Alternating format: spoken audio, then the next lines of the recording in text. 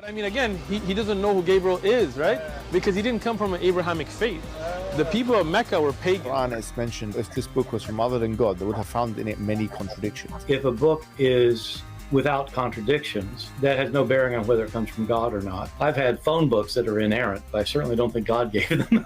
That we believe without understanding. The brother asked a very important question, that most of the scholars say that listening to music, watching movies, and most of the television programs, they're haram. So how can we have fun? Let me tell you, brother, at the outset, that having fun is permitted in Islam as long as the fun is halal fun. That the standard narrative has holes in it. The Prophet tells us because Satan or the devil sleeps over our nostrils. Those who oversleep and not pray Fajr on time, Satan urinates in their ears. I really do think Jesus was crucified and that he really was dead and buried. He thought that he was a son of God in the sense that he was specially chosen by God. I think Jesus really did think he was going to be the Messiah, the future king of Israel. I mean, that is, after all, why they crucified him. Time, Satan urinates in their ears. I really do think Jesus was crucified. Hello everybody, and peace of the Lord to all of you. I hope my voice coming good and clear. Please invite your friends. And today we are going to have some comedy as usual. And the comedy hero for today is Mohammed Hijab. If you remember yesterday, we have a Muslim... Hadith is not preserved in the same way that the Quran was preserved. Every hadith, you would find that they would have something called a chain of narrations. Now, coming to the strong hadith, there's a criteria for us. What happens is in that chain of narration, every individual in the chain has to be a trustworthy, honest person. But someone who's a liar, he's known in the community as a liar. Exactly. He is known in the community as a liar. And you know, those people, they will go back on time 200 years to check who is the liar, who is not, when everybody is dead. But today we are going to have fun with Mohammed Hijab. Mohammed Hijab, he come to the park and he is going to debate with Muslim. This Muslim, he don't believe in the hadith. And the reason they don't believe in the hadith, because the hadith is an embarrassment. And the funny is that this is Mohammed Hijab himself is the last one who can say he believe in the hadith. If you remember when he debated with the, if we can call it a debate, the mockery debate, with David Wood, when David Wood, he says to him, your God, Allah, have a body part, Mohammed Hijab, he denied every single word of that. He said, who said so? Who said so? And this is the same idiot who is coming to the park to prove to someone else that we have to believe in the hadith. But all those, even the Quran, say that Allah have hands, Allah have body part. Even his friend, sister, you know, Fifi, she said Allah have a hand. What we can do? The Quran says so. But listen to this conversation and you will see how laughable it is and how actually he disposed his prophet in the garbage. Listen carefully. Yeah? Is that correct? So now, but what's your point? Is that gonna be any beneficial to someone who doesn't understand that? No, I'm asking, you said the first one was right. Is the second one right? Huh? I'm saying that it's no relevant to someone who doesn't know Arabic. No, but the first one was right, yeah? Whichever one, I'm saying... No, but there was a difference between one and two. All of it. No, forget the Malik. All of it. There's no point in... I'm not going to forget the Malik because it's Quran. You said your Quran alone, so you should respect the Quran. No, I do respect it. Yeah, fine. So is it Malik or... Is it, if you understand the message. No problem. Well, I'm asking you, what's the difference between Malik and Malik? I don't know, you tell me. All right, so Malik... I know this, yeah. Malik, fine. Malik means owner, Malik means king, yeah? Yeah, he's both. So, okay, fine. So you accept both qira'as? No, but Malik mean owner, Malik mean king. In fact, this is absolutely false. Because the word Malik is the one who own. This is where even the word Malak, you know, this is all coming from the Aramaic language. This is not even Arabic. So this guy is coming to someone who don't speak Arabic and he want to school him, and now he want to use two reading of the Quran. And here how funny the Quran is. Why Allah want to make two Quran just for the sake of a word? Can't he put both together in the same if they have different meaning? Just think about it. Why Allah want to give Muhammad two Quran just for the sake of adding a word? That's it. So now we have two Fatiha, one saying Malik, the other one saying Malik. Can't Allah say Maliku Yawmiddin? This is how stupid this religion is. Muhammad, he cannot repeat the same verse twice correctly.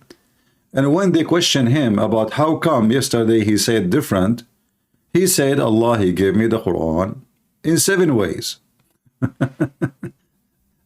Otherwise, there is no point. Did Musa receive 7 Torahs? If the Muslim, they believe that Allah is the God of Musa and he is the same God of Abraham, and the Muslim believe that Abraham have a book, did Allah give Abraham 7 books for the same book? Which means Allah, he rewrite the same book 7 times. This is how stupid Islam is. But let us go with this nice cartoon.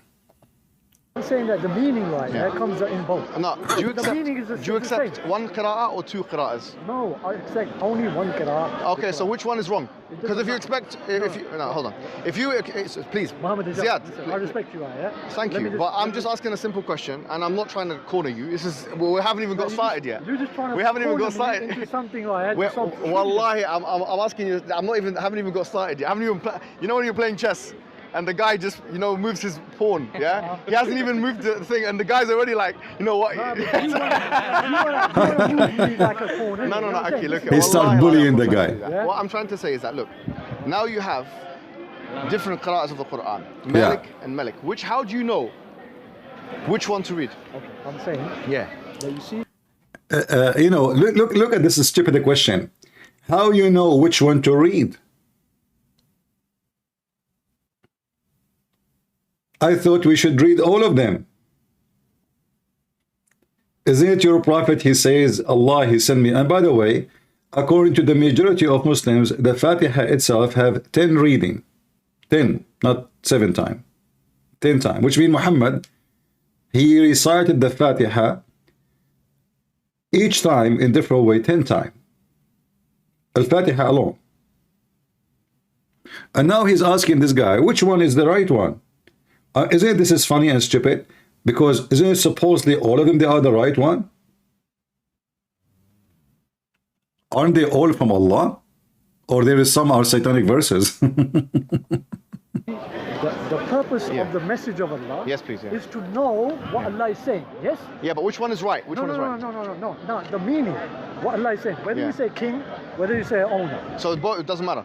No, I'm saying that it could mean...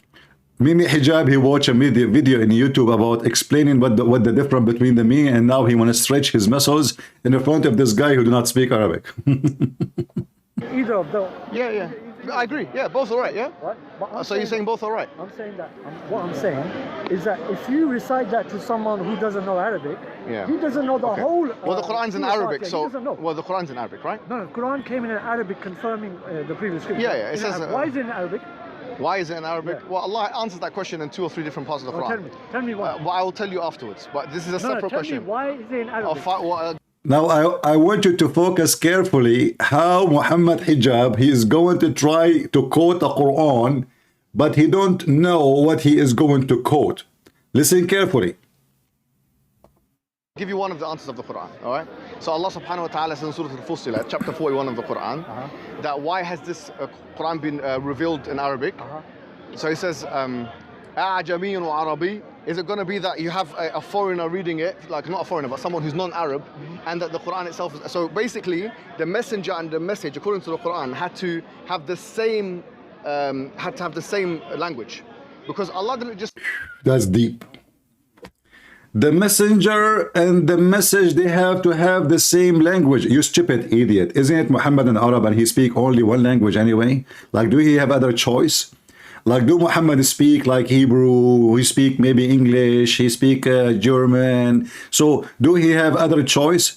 If we go to the Quran, just to show you how this poor guy, he's trying his best to look like he knew what he's talking about.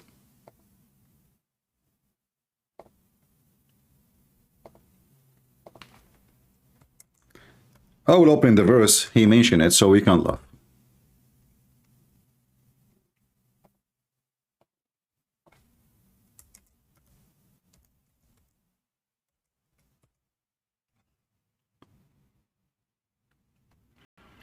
And as usual, he, quote the Quran wrong. But this is the verse he's talking about. Give me a second.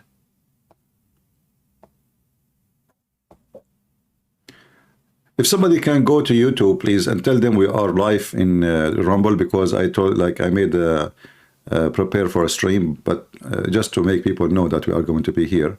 So if somebody can post a text and tell them we are in Rumble live, if you don't mind, one of you or two. Here is the verse he's talking about.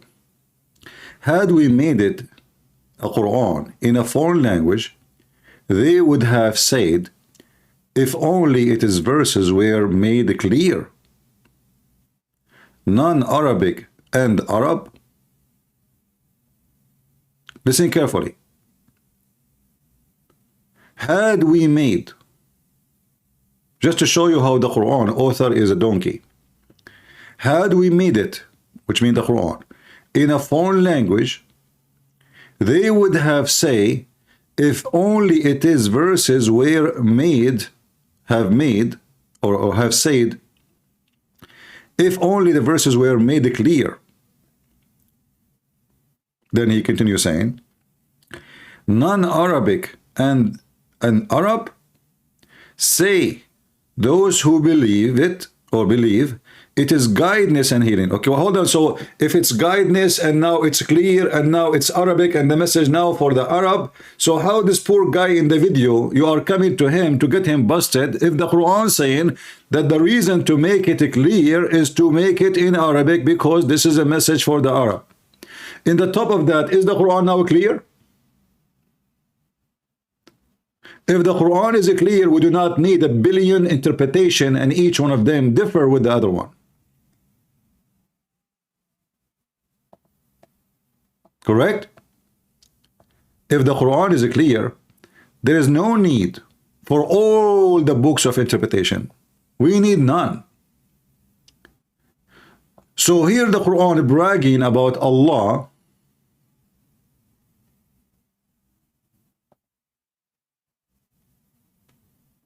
making an Arabic Quran clear to those who believe. And this is guy, he is in the park, he don't understand. And Mohammed Hijab is coming now to brag about the Arabic Quran, showing him his skills in Arabic, which he himself has zero knowledge of it.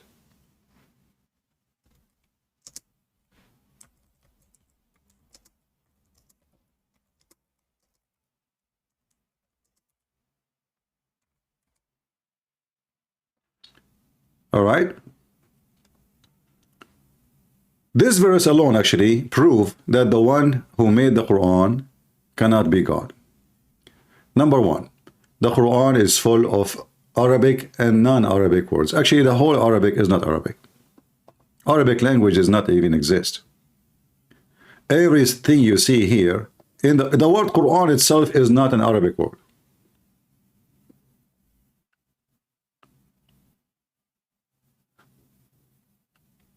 So why we made the Quran in Arabic?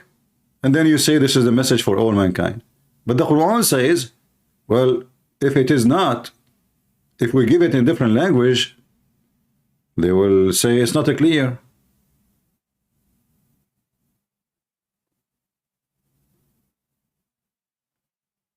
And we have tons of verses in the Quran claiming that the Quran is very clear. In chapter 26, verse number 198, it says here, had we revealed it on to the one of foreigners, and he had recited to them, they still would not have believed in it.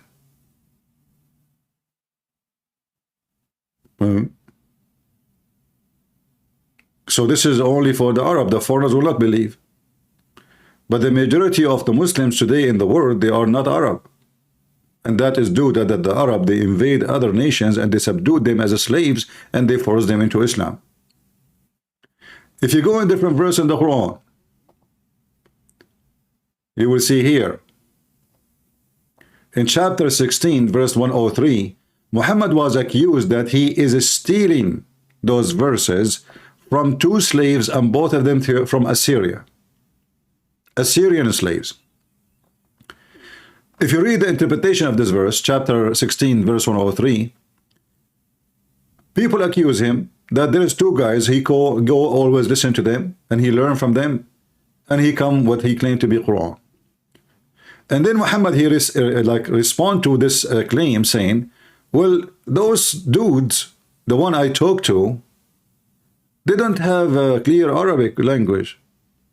They are slaves, they are Assyrian, their Arabic is broken. They can speak Arabic, but they are not Arab like us. And here you see the stupidity. If I hear a story from you in a broken Arabic, cannot I tell the story in a good Arabic? Should I tell it in a broken language too? So here Muhammad, when they accuse him that those two guys, he is stealing from them stories and making it Quran, Muhammad, he made this verse, and if you look carefully, saying, those who they are teaching what they are teaching, which means he admit they are teaching in a foreign language, in a foreign accent, while this is a clear Quran, clear Arabic. So he admit that he is learning from them, he admit that they have a foreign language, and he admit that this is a clear Arabic tongue, but in the same time, if we read the Quran, we will find there's nothing about it is a clear Arabic tongue. Until now, there's hundreds of words in the Quran, no Muslim knows what they mean, simply because they are coming from foreign language. In fact, if you go up and see the word Ar-Ruh al-Qudus, the Holy Spirit, what is the Holy Spirit? And there is nothing in Islam is the Holy Spirit. What is that? This is a phrase stolen from the Christians. Has no meaning in Islam because Allah himself is not spirit. So who is this person who is called holy? Angels are not holy in Islam. This is why Allah, he commanded the angels to bow down to Adam. Why? Because they lied, all the angels.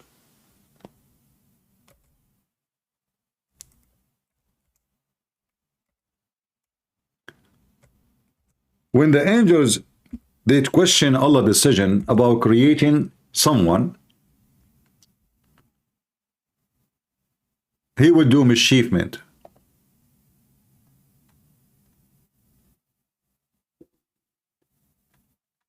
And here you see the story repeated many times.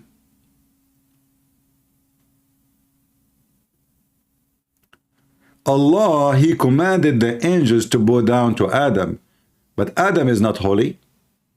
So if the Holy Spirit is an angel Jibreel, and as you see the angel Jibreel is bowing to Adam, that will be more funny. The holy is bowing to the unholy.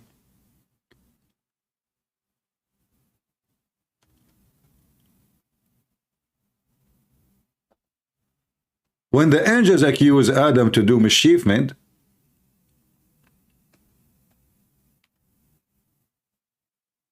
and this is a story repeated many times in the Quran,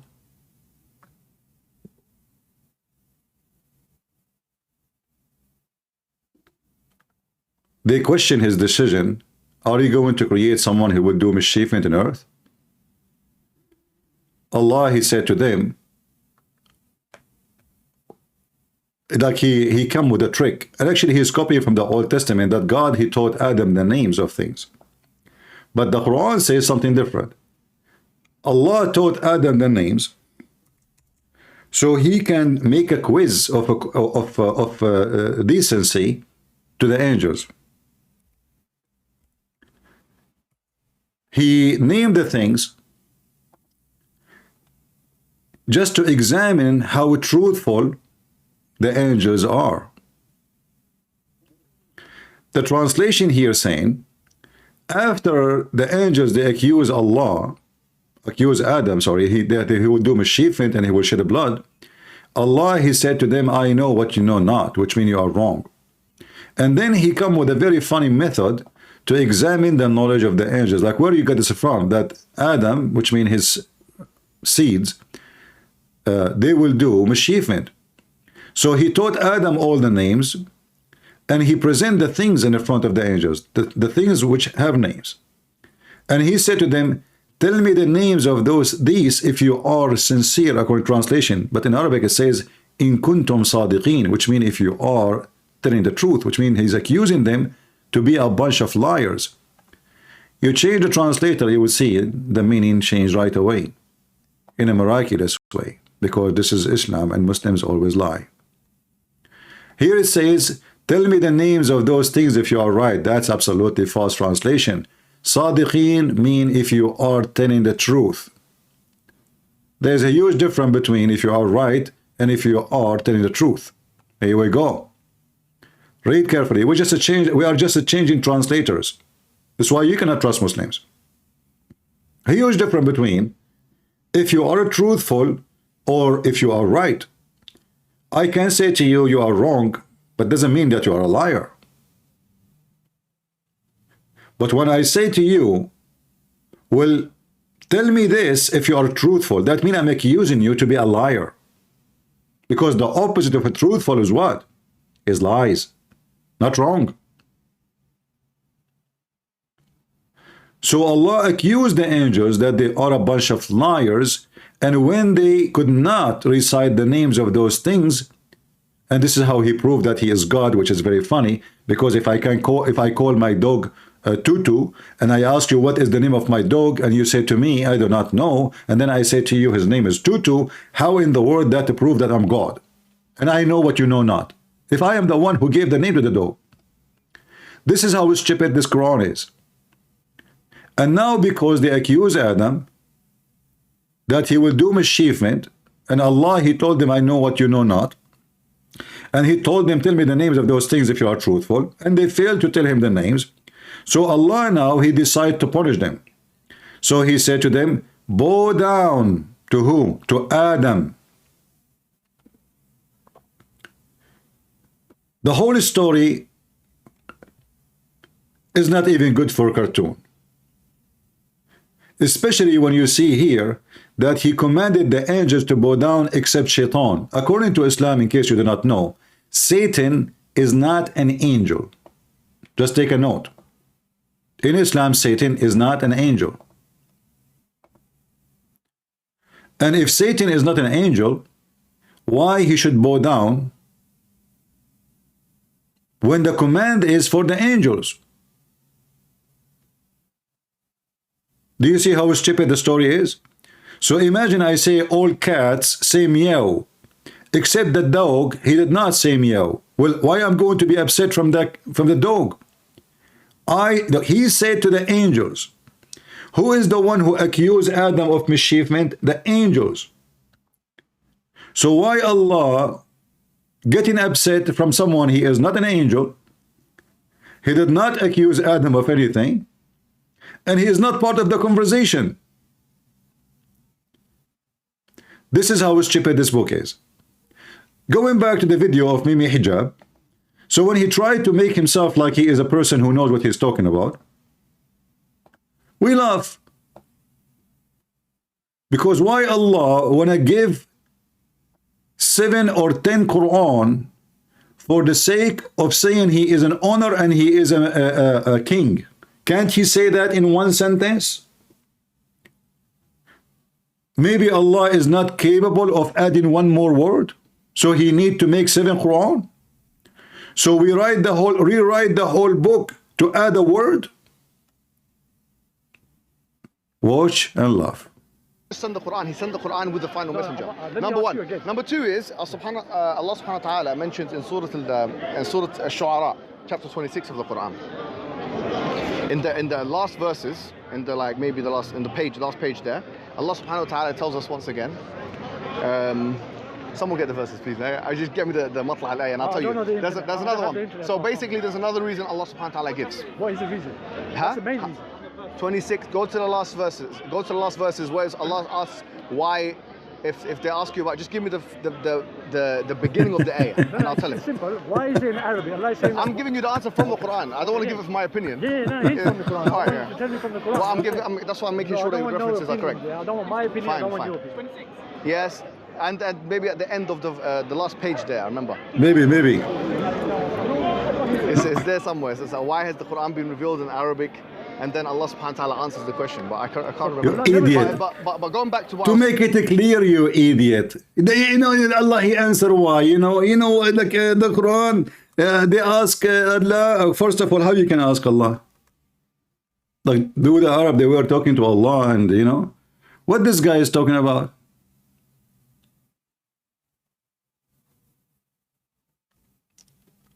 What this guy is talking about?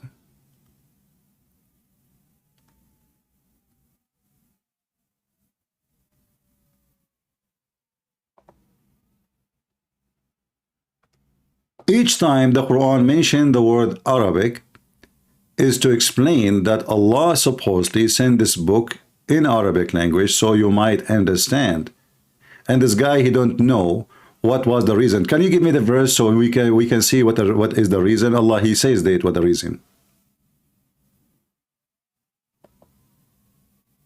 This is how silly he is.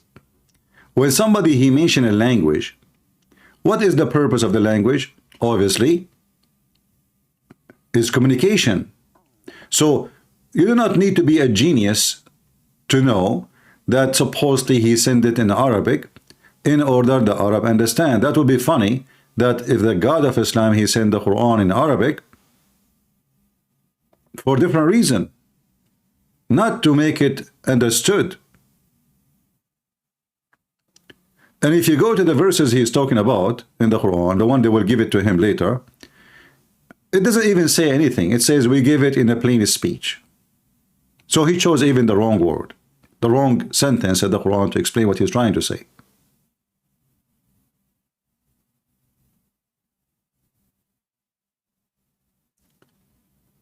Same time, the same chapter he quoted, I will open it after he finishes his sentence. You will see that it says clearly that this Quran the Arabic Quran, exists in the scriptures of the men of old, which means the Arabic Quran is given before to somebody. Who?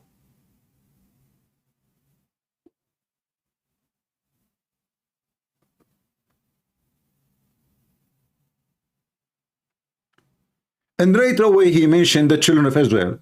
The children of Israel, they receive Quran in Arabic?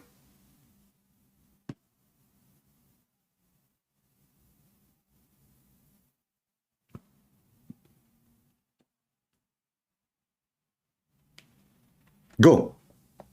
Saying, look, this is the reason why I was asking you this. Let me just reveal it to you right now. Yeah? The reason why I was asking you this is because the Quran has different, for example, you have Malik and Malik readings. You have different readings. These readings actually affect these different variations affect the meaning. Yeah. Now, as Sunnah, Ahl Sunnah wal Jama'ah, we explain that through the hadith of the Ahruf. Now, this is very important. Okay, we say Unzil al-Quran ala sab'ati ahruf. It's a hadith, right? The Quran came down in 7 letters, but look what we will find in a minute. That Al-Fatiha specifically, there is 10 reading, not 7. 10. The Quran was revealed in 7 different dialects. Okay? No, it doesn't say that. Yeah? It's a hadith. It's a hadith. Yeah. The Quran doesn't say that in Quran. And here you need to ask yourself, how come the Quran did not say, we send you Quran in 7 dialect? And what the purpose? Let us go to the hadith which Mohammed Hijab is mentioning. And he was mentioning, by the way, he was trying to ask the people to quote for him the chapter of 26, verse 195. But if we go here in the hadith, the one he is talking about, you will see this.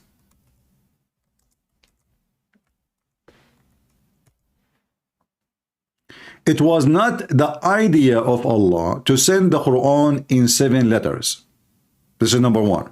And that will destroy everything this potato is saying. It was the idea of Muhammad.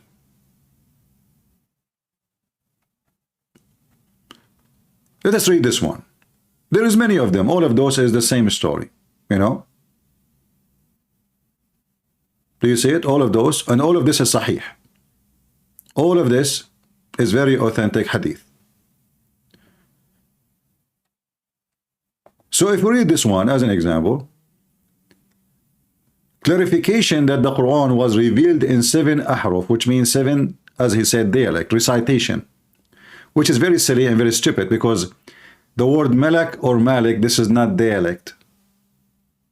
It's just the same language, the same dialect, and nothing changed. It's just different word, have little change of meaning. Read carefully with me here. Allah has commanded you, Jibreel came to Muhammad, the delivery pizza boy, commanded you to recite to your people the Quran in one dialect.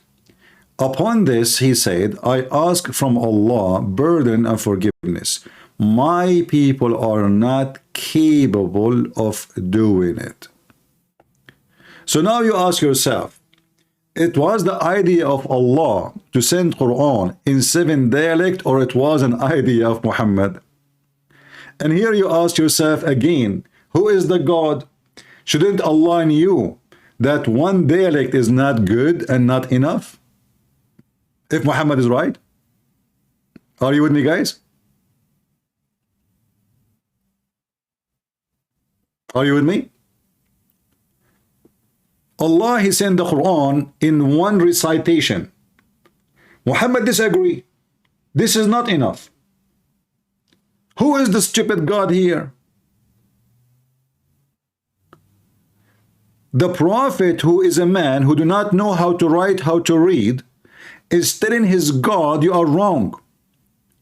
My people are not capable of doing it. What does that mean? That means Allah do not understand that one Quran is not enough. Allah making a stupid decision. Then Allah, he gave him second Quran. Read carefully. Then Allah, then he came for the second time, the angel came and said, Allah commanded you that you should recite the Quran to your people in 2 dialects. Look what happened now. Upon this, the prophet said, holy is holy. Child molester.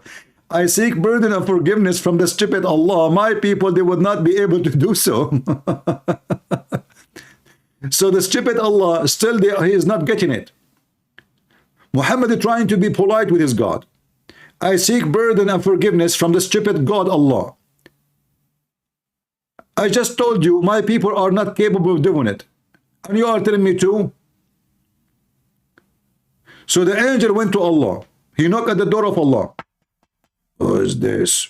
Hey, Jibreel. What do you want? Hey, Muhammad, he says you need to send him more Quran. 1, 2 is not enough. His people is not capable. Really? Yeah, those Arabs are so slow.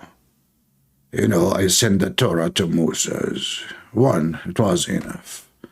Those Jews are genius. Those idiot Arab, they have no idea. Okay, we will give him a 3 Quran. Go back to him and tell him recite the Quran in 3 ways. Okay, Allah. By the way, what happened to your voice? Hormone. Okay. From now on, I will not call you Jibreel. What you will call me, Allah? Ali Dawa. Okay. So then he went, so-called Jibreel. He came to Muhammad for the 3rd time and he said, Allah has commanded you to recite the Quran to your people in 3 dialects. Upon this, Muhammad said, okay, I ask pardon and forgiveness from Allah. My people are so slow and stupid. What are you talking about? 3 times? What are you talking about? You know, you have no idea what you are talking about. Those are my people. I know them. I know them are my people. Nobody knows his people more than me. They're so stupid. They are so slow. I mean, I told them drink camel urine. They drink camel urine. They are so dummy. We cannot give them 1 book. And then the angel, he came for the 1st time. And he said to him, Allah has commanded you to recite the Quran to your people in 7 dialects. Here you notice something very funny. The story skip the 5th and the 6th.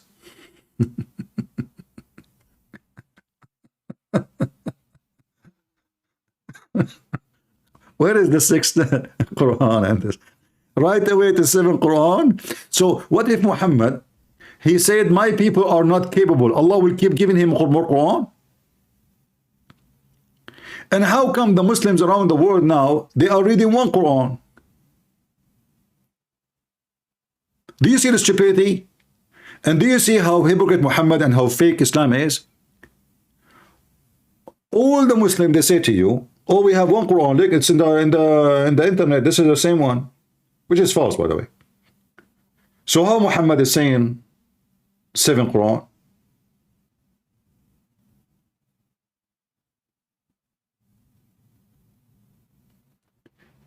So now Mohammed Hijab is coming to this man, trying to school him.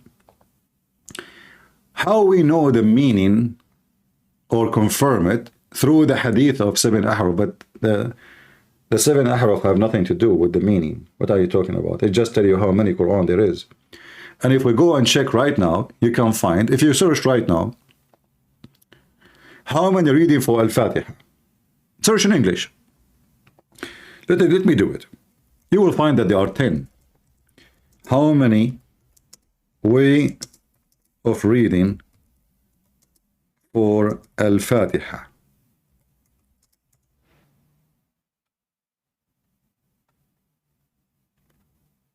Let us see if we can find in English.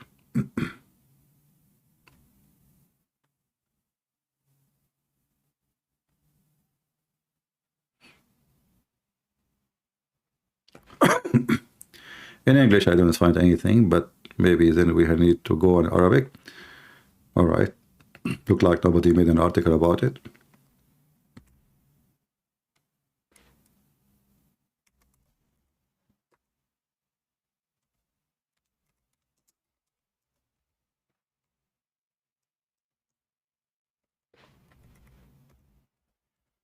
All right.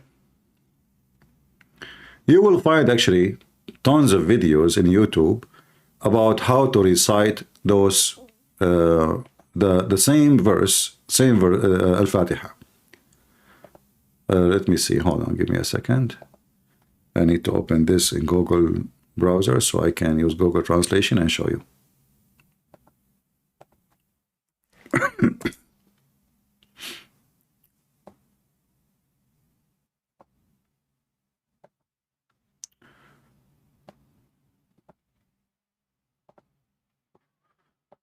So if you go here, you will see this. Let me translate. Reading Surah Al-Fatiha with the 10 reading. Do you see how many? 10. So what we just heard them saying 7. There is 10 lesser 10, which means that like the word is small, and then 10 bigger. What does that mean? What a stupid religion. A small chapter is not even, 30 words. Why we need 10 different reading using 10 different words? What for?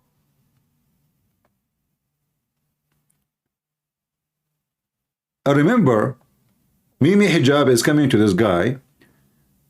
All the drama here is just to tell him that we need to go to the hadith. Otherwise, we will not understand. Right. Yeah. No, I'm saying, yeah, I've just said the Quran does not say that. My criteria. No, hold on. Is Quran only. I understand this, but here's the point. Now you have in front of you different readings of the Quran. You have Hafs and Asim, Warsh and Nafi' and others that are proliferated around the Ummah. How do you explain the differences in those qira'at if the Quran is meant to be preserved? No. Look at this. Do you see who is the one who just gave finger to all Muslims around the world? How you can understand those reading if the Quran meant to be preserved? You cannot. Did you hear it? How you can understand? Listen carefully. I'll play it again. If the Quran is meant to be preserved. No, I'm saying. Without hadith. I'm saying, yeah, I've just said the Quran does not say that. My criteria. No, hold on. Is Quran only. I understand this, but here's the point. Now you have in front of you different readings of the Quran. You have Hafs and Asim, Warsh and Nafi' and others that are proliferated around the Ummah. How do you explain the differences in those qira'at if the Quran is meant to be preserved? He is in the beginning, he said, the Quran meant to be in Arabic to make it clear. And now he is saying we cannot explain the clear Quran.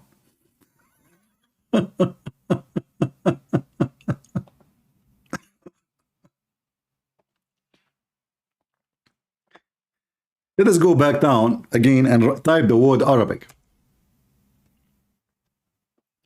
Why Allah, He made the Quran in Arabic, chapter 12, verse number 2, so you may understand.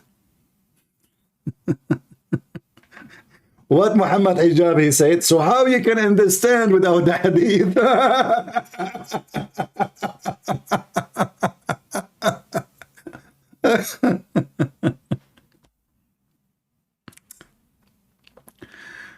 What? Are you telling me that all the offer of Allah or the effort of Allah was in vain, and Allah is so stupid author to the point that nobody understands what he is saying in his book unless we go to the hadith? Yes, that's what he said.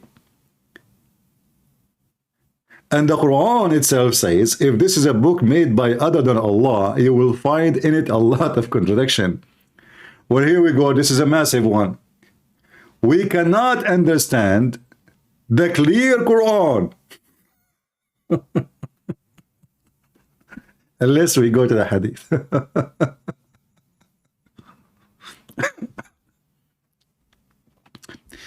And just I don't wanna forget to mention to you that the stupid Muhammad, he said this.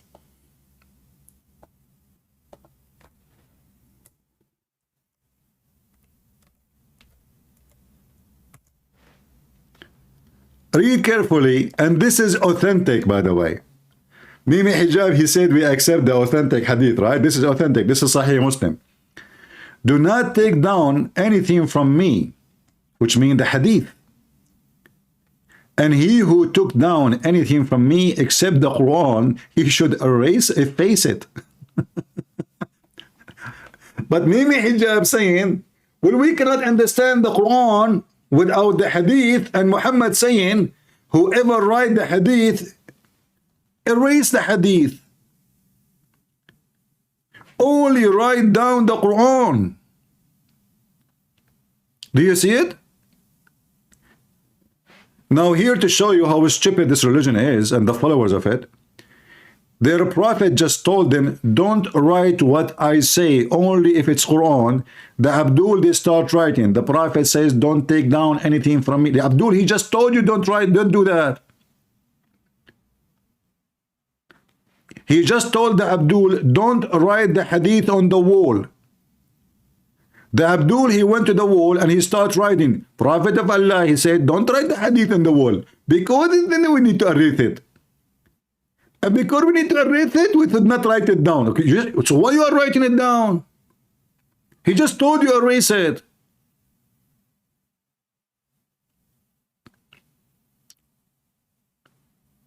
Muhammad, he commanded them not to write any hadith. What the Abdul they do? They write, Muhammad said, don't write the hadith. And they continue writing hadith. And now we understand why Muhammad says to Allah, send me the Quran, more Quran, man. My people are so donkeys. They are so stupid. I mean, look at them. I just told them, don't write the hadith. They keep writing hadith. Not only that, they add the last one I told them, don't write hadith. They add it to the top of the ones, and they continue writing hadith.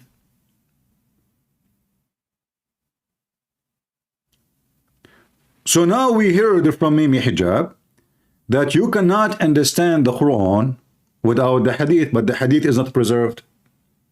And Muslims, they disagree about it big time. Every Islamic sect have different hadith. This guy, he said he's a Muslim Sunni. He's a big fat liar. This guy, he have tons of videos bullying Muslims because they believe in hadith.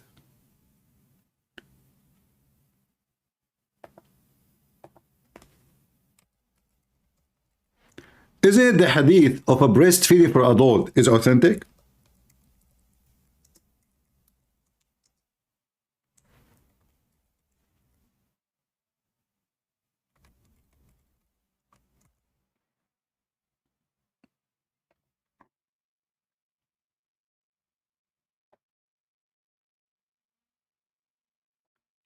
Mohammed Hijab denounced Aisha. Adult breastfeeding, Mohammed Hijab.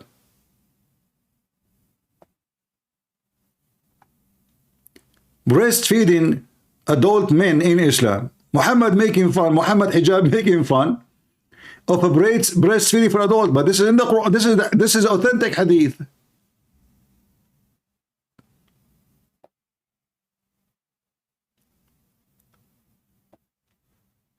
Mohammed Hijab, he went and he was posting in Twitter, if you have the image, can I suck your wife tits? He said to a Muslim. Can I suck your wife tits?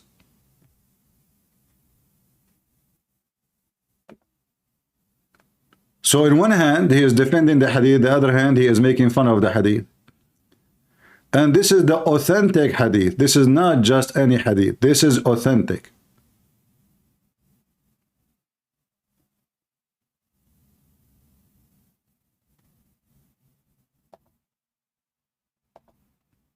Look at this guy, you know. Oh, what is that? This is a new victim. You know, this guy, he's making himself a sheikh. He's not even 21 years old. Tell us what you want to say. Orientalists. Who? Orientalists. Who? Mustashriqeen. Who have sought to asperse our prophets and asperse Islam with the narrations of Aisha. Oh boy. With the narrations of Aisha and the likes of her. Mm-hmm.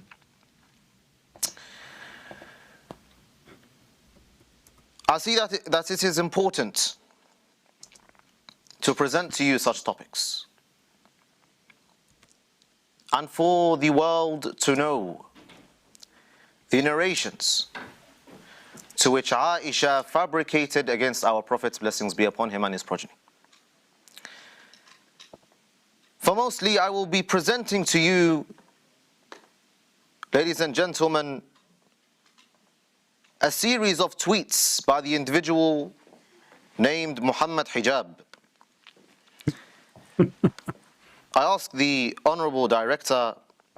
Obviously, this guy, the guy in the picture is not the guy is talking. I don't know who is this picture here. Here we go, guys. Look at this. So this is a Muslim. He is making a speech,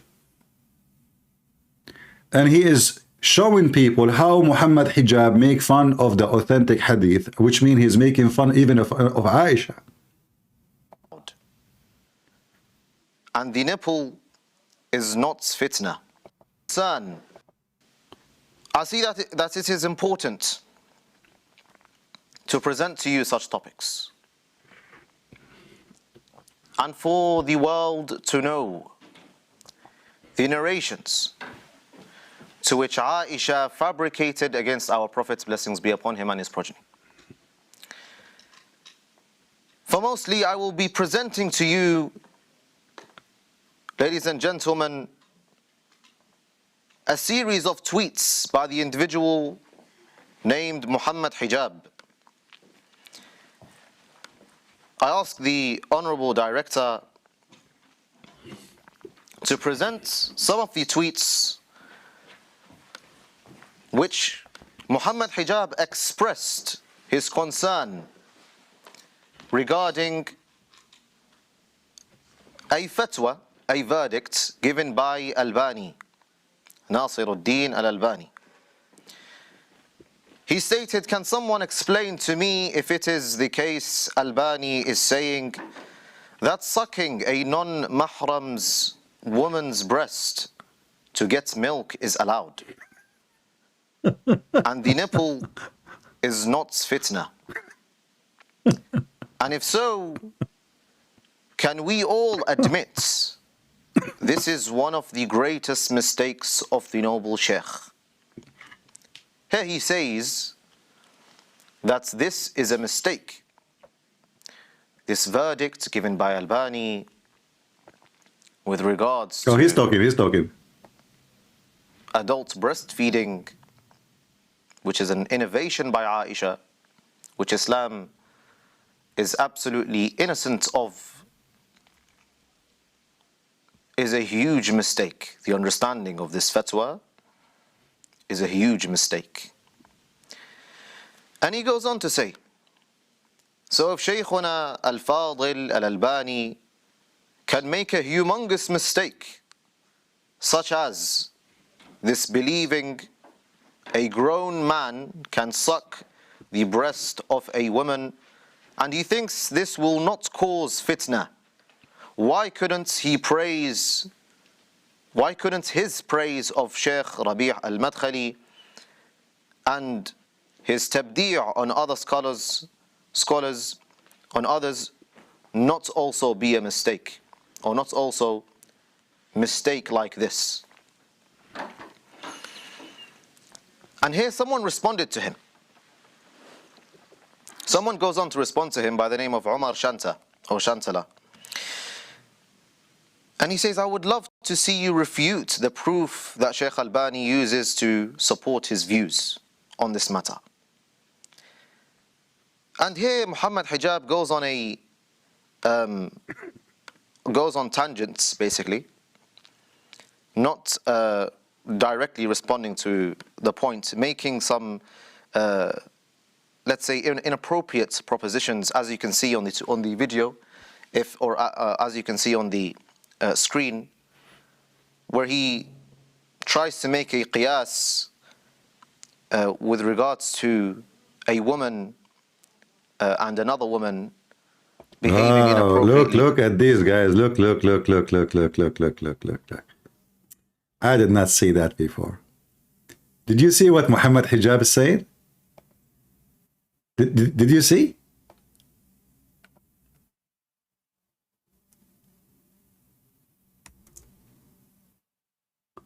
What? Also, I have a question. If we operate on these usually depilate ways, what is the direct evidence that a woman cannot suck another woman's vagina? Oh, that's deep. That's really, really deep. I did not see that coming.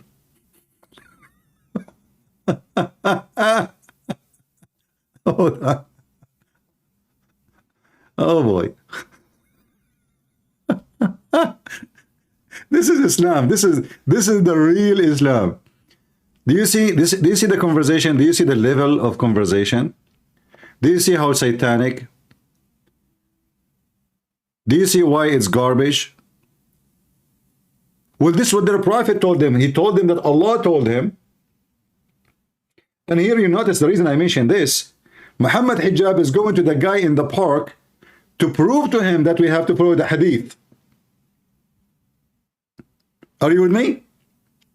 So the video in the park, he is doing his best to prove to the person who believes in Quran only that you cannot believe in Quran only, you have to believe in the hadith. But this is hadith and he is making fun of it. And this is authentic hadith.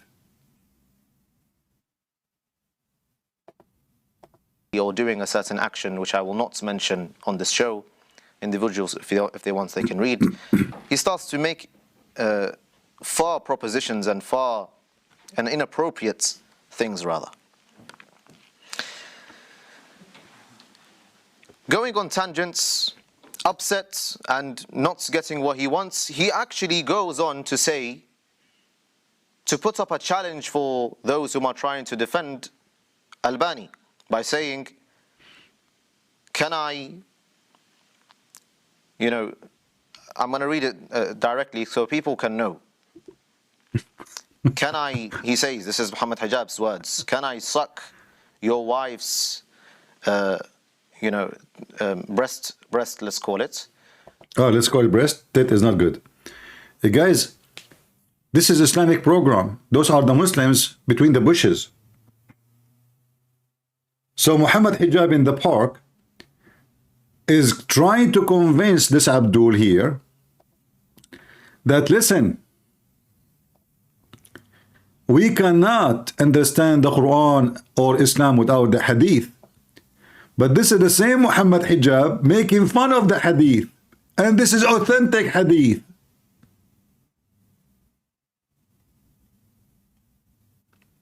Do you see how hypocrite those Abdul? But the important for us, not only this is very filthy cult, stupid cult, what kind of God he will say to you, command women to give their breast to someone else so they can suck it? And what is the purpose? If you check, you will find that the Muslim believe that if a man, if a child, he was nursed by a woman when he was an infant, this child, he become like a son for her, so he cannot marry from her daughter. And she become like a mother. But this is only if he is a child. And the funny is that Islam is against adoption, but now you are adopting a son just by milk. However, the command here did not come for someone who is a child. It coming for a man. That a woman, she can give her breast to a stranger and he suck it. What for? Nothing. Because still he can marry her legally according to Islam. So what the point? Like if Islam says if you suck a woman's breast, she will become like your mama, which is very funny, you know. I mean, but this is another scenario. According to Islam, you can go right now and search. Adult breastfeeding does not forbid anything, which means the man still can have sex with the woman, and she is not forbidden for him. So what the purpose? And this is why this Mohammed Hijab is making fun of something he could not handle himself. He himself cannot handle, is so stupid, so he starts making fun of it. But he is the same guy trying to prove to the other guy that we have to go by the hadith. No, I'm saying... Without hadith al-ahruf, this is my question. Yeah, okay. I'm saying, first of all, you need to answer me only. I understand this, but here's the point. Now you have in front of you different readings of the Quran. You have Hafs an Asim, Warsh an Nafi' and others that are proliferated around the Ummah. How do you explain the differences in those qira'at if the Quran is meant to be preserved? No, I'm saying... If the Quran meant to be preserved, which means it's not. You see, when you say if, it means it's not. Hadith al-Ahruf, this is my question. Yeah, okay. I'm saying, first of all, you need to answer me why Quran came in the Arabic language. Why Allah chose Arabic? Arabic is not some superior language to any other languages. All languages from Allah. He says all languages is from Allah, but why is it in Arabic? Why this Quran is in Arabic? Yes. This guy, you can tell he cannot even see. He put the phone so close to his eyes, and obviously he wears glasses when I read. The verse you are looking for, Abdul, is the Quran verse he was looking for is 195. Chapter 26, 195. You're an idiot. Same thing it says here. So, ولو نزلناه على بعض الأعجمين فقرأوه عليهم ما كانوا به مؤمنين. It's the same. This is 198 in the Quran, chapter 26. Idiot. So, look what he just said. If we send the Quran, this Quran, the Arabic Quran, to foreigners, they will not understand. Okay, he's a foreigner.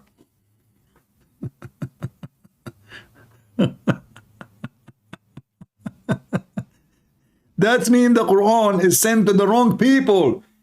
How the Quran meant to be to all mankind, and you are quoting for us verses in chapter 26. It took him 10 hours to find it, the donkey. It took him 10, like all this time they are looking for it, his team.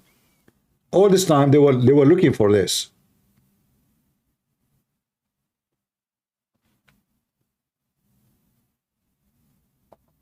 Messages in Fusilat, yeah. So once again, وَلَوْ نَزَّلْنَاهُ No, not in Fusilat, not in Fusilat. This is Ash-Shu'ara, you donkey. He is quoting the wrong one. In Fusilat it says the opposite. It says different. If we had he had revealed it into any one of other nations, they will not believe in it. Because they don't understand it, supposedly, right?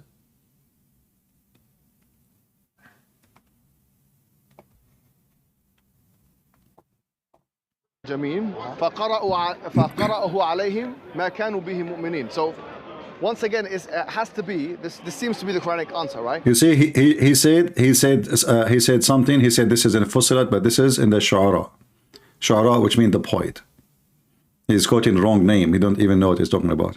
That the messenger, okay, Allah chose Muhammad sallallahu alaihi wasallam. Yes? He didn't just choose the Quran to reveal it in a certain time. He also chose Muhammad sallallahu alaihi wasallam. Sure.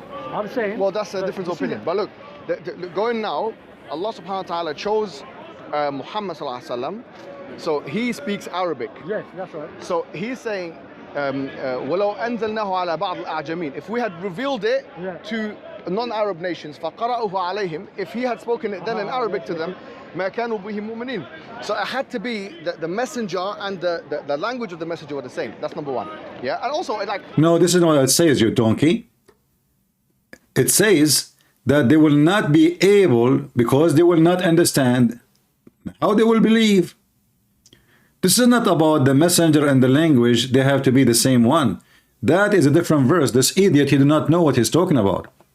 There's different verse in the Quran. It says, supposedly Allah, Aka Muhammad, saying, we never sent any messenger except with the tongue of his own people. This is chapter 14, verse number 4.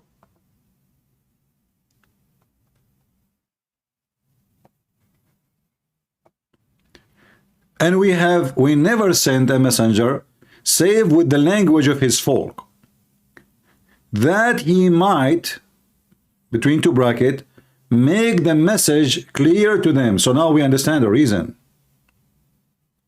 But this is mean the Quran, all of it, the purpose of it is a failure, because if the Quran meant to be for all mankind, and the Quran saying it clearly that Allah will never send any message except in the tongue of the nation which the message is sent to. Because this message, if delivered to different nations who don't speak the tongue, they will not understand. And that to prove that all of Islam never was and never been to anything except the Arab. In fact, if we go in the Quran too, we will find this.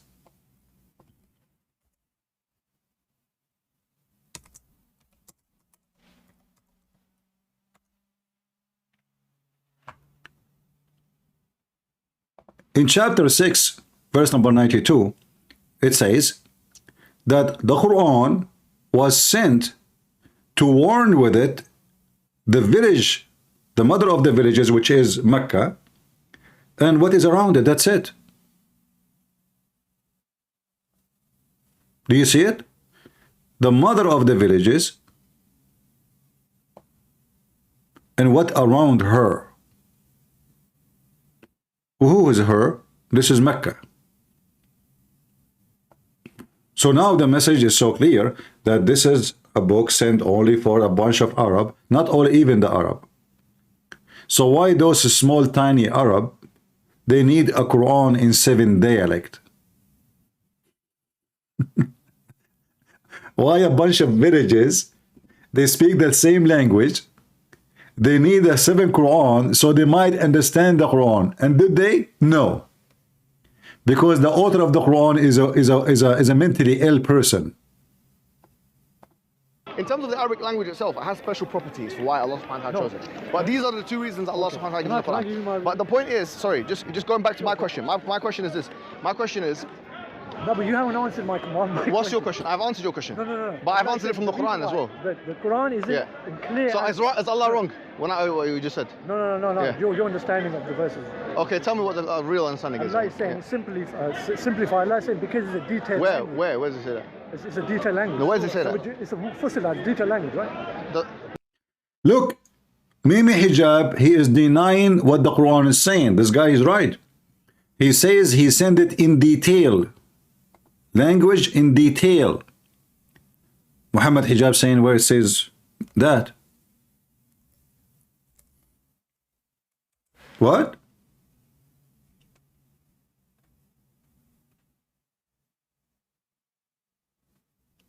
There is tons of verses speaking about that, and he is asking the guy where it says that. Let me play it again. The Quran isn't clear. So is Allah wrong when what you just said? No. Yeah. Your understanding of the verses. Okay, tell me what the real understanding is. Allah is saying, simplify. Allah is saying because it's a detailed language. Where does it say that? It's a detailed language. No, where does it say that? It's a fussilat, detailed language, right? No, that's at the beginning of the surah. No. But do you not agree that the Quran is a detailed language? The Arabic is a detailed language. This is why Allah chose Arabic? No, Allah, he doesn't say it's Allah. He doesn't say it's the reason. No, he said, you stupid idiot, we just showed you, so they might understand. Same time, I mean, I don't know what to do with this. With those, they don't dare to debate me. They don't dare to let me call them. They don't dare to call me. When I call him, he hang up on me 5-6 times, and he use all kind of filthy words. Coward.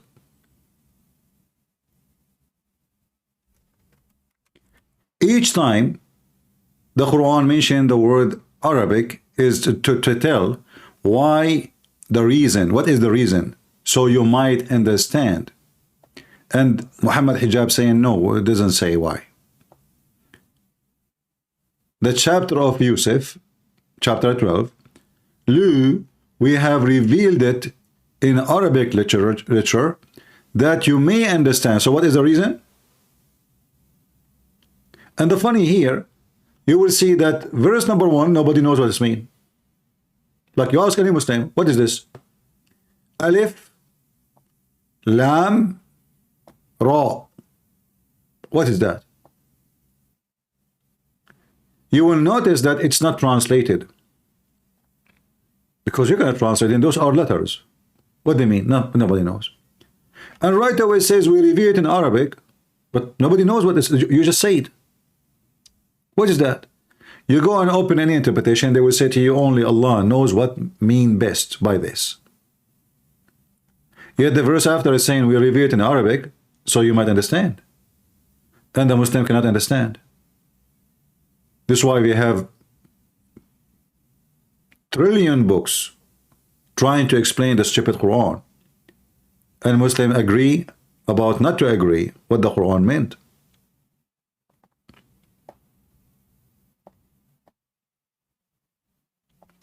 And actually there is a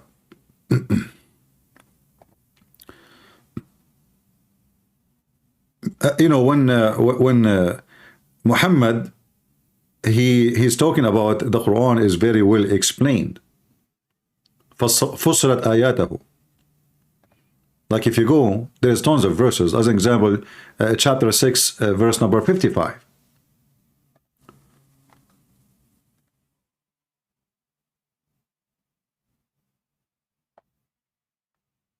You can change the translation. You will see the translation change, depend in the translator, because Islam is very flexible.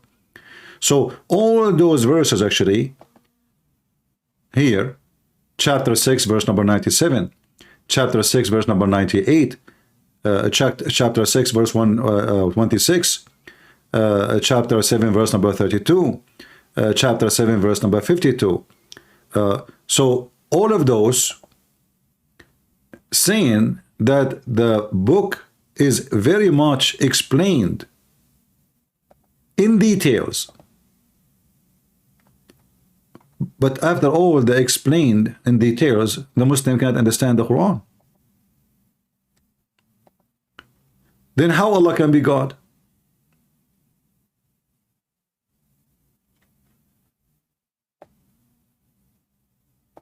Do you see it? If this is God, and he is, I mean, who can write details to explain himself better than him?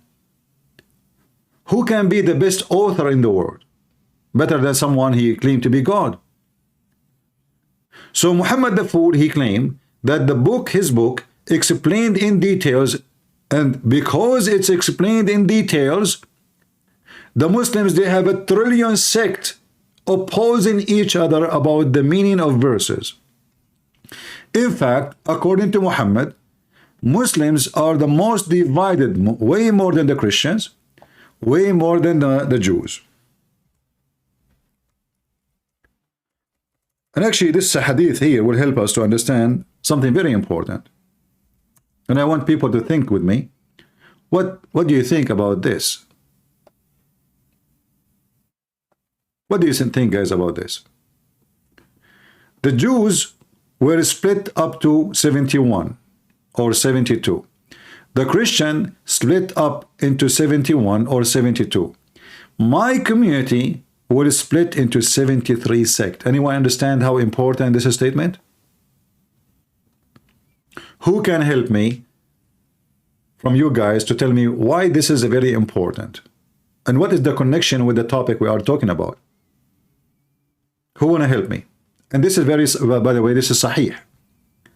This is authentic. All of this is authentic. You see? This is sahih. All right?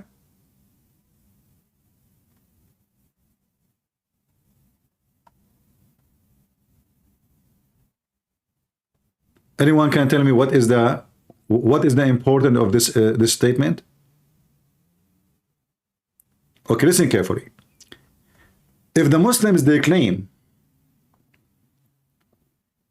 that we Christians are deceived and the Jews are deceived, how come we are divided to 72 sects and the Muslims who they are not deceived are divided into 73 sects and only one of them will go to heaven? And if the Quran claiming that Allah explained the Quran in the best explanation, so why they become 73 sect? Are you with me? They become 73 sect. And by the way, this is false. There's nobody knows how many Muslim sect. Nobody knows. There's tens of thousands. Only one sect will go to heaven. So Allah explained the Quran in a very clear detail. So why we have 73 sects and they are more divided than the Christians and the Jews according to Muhammad himself?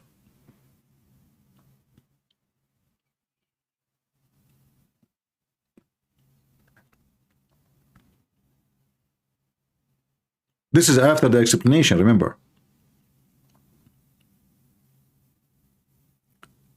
So imagine we get you the best teacher in the world. His name is Allah. You go to his classroom, you attend his classroom, he give you a textbook which have the best details ever you can imagine. And then because it's the best details, you are more confused than others. Are you with me? Is it possible that because I explained to you very well and I gave you a book is the best book ever written, supposedly, as Muslims they claim, yet you are more divided about the meaning of the book? This is what sect is about. Sect occur when groups differ about certain meaning in same religion. So one say no, it doesn't mean that, the other one says no, it means this. But the whole Quran keeps saying that Allah, he explained his book in a very clear details.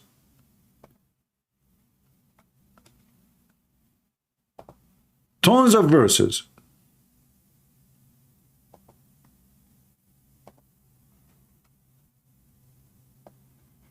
Look how many.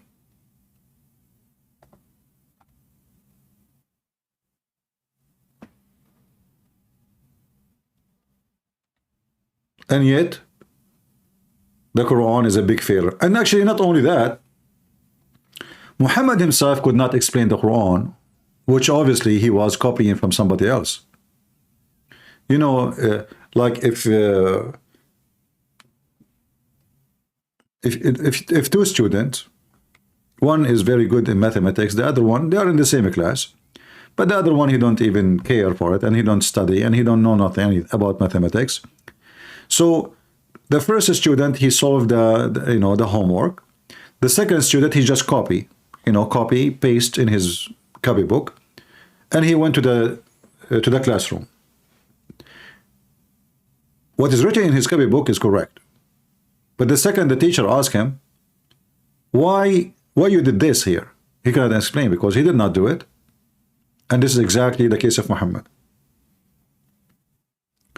So look what Muhammad he said. All the conversation we have right now about understanding the Quran, right?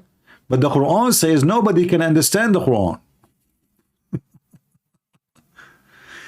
There's a big part of the Quran, nobody knows what it means save Allah.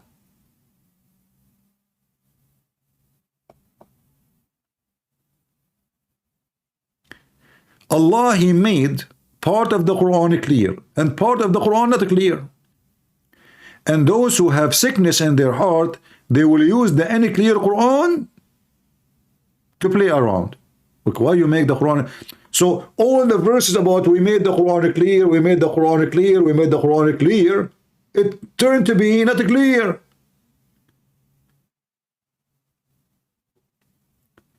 And now he is saying that those verses which very confusing and nobody knows what they mean, none knows its explaining save Allah. None. Nobody.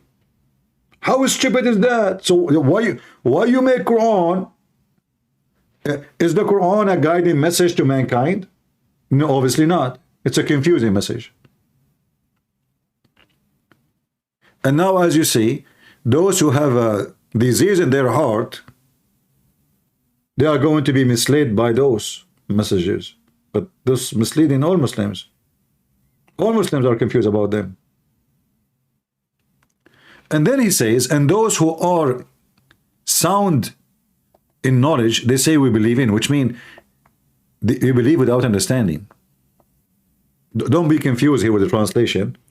You might think that there's some, they have knowledge, they knew what it means. No. None knows what they mean. That's it. Only Allah. And then the other verse continue. And those who have knowledge, they just say believe, which means in Islam, a scholar is not someone he knows. In Islam, a scholar is someone he say, I agree. I mean, Ameen. That's it. You recite Quran for him, he say Ameen. Which is an Aramaic word, by the way. Even that is a theft.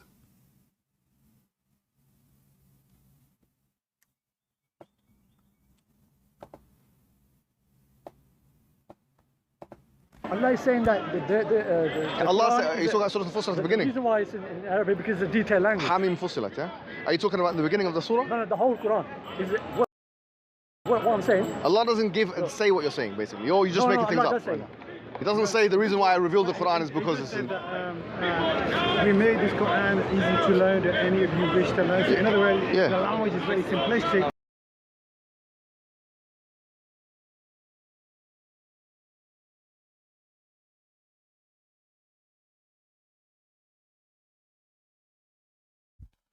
See, Mohammed Hijab is denying that this is the reason why the Quran is written. In the Quran saying we made it the clear details. He said this is not what it says. But as you see, there's tons of verses saying exactly that. For you to understand it and to attain salvation. No, but it doesn't say that's the reason why Allah subhanahu wa ta'ala does in Arabic. I'm saying that Quran... Anyway, look, the point is... Quran is a detailed language. Fine, I accept the hikmah, it's not a problem. The only reason... Yes, sir. Thank you. Listen, in a moment, there's a rule of 6. Please, if you can't stand in groups of 6, you will be asked to leave the path. All right, so that is 6. If you can count with 6, fantastic. Put yourself in groups of 6. Only I can stay, yeah? Sorry? 1, 2, 3, 4, 5. You're part of that 6. It turned to be there's police in England. Huh, that's strange. I thought there's no police. The police appear only when there's nobody need them. When there's nobody need them, they appear. When you need them, they are not there. That's a good news. There's a police in England? Since when? Do they even have guns? Or they have a Pepsi Cola with them? Okay, Okay, you lot, you can go, you can go, you can go. To say, I have given you the verses to say what Allah said. That's my brother, by the way. Oh, okay. He's passionate. He's passionate. Okay. But do you understand the point now? The point now. Even the last day, they have to believe in Allah. They have to believe the verses of God. Not just ignore the verses. If Allah's saying that he only followed what was revealed to him, so what was revealed to him? The Quran was. So he only followed that. That's it. Okay. He's right. So, all right. So let's get back to my question. What's your question? What's your question? I'm saying that you lot saying that there were 7 qira'at, 7 dialectical Arabic spoken at the time of the Prophet. No, man. So there were 6 or 7 dialectical Arabic language at the time of the Prophet. Yeah? No, I'm not saying that. Okay, no, but this is what the Look, guys, did you hear? He said there is 7 dialect Arabic in the time of the Prophet Mohammed Hijab. He said, I did not say that. So how there are 7 dialect if there is no 7 dialect? See? Now he agree with me. There is no 7 dialect. This is the stupid Muhammad. He cannot recite the same verse twice correctly.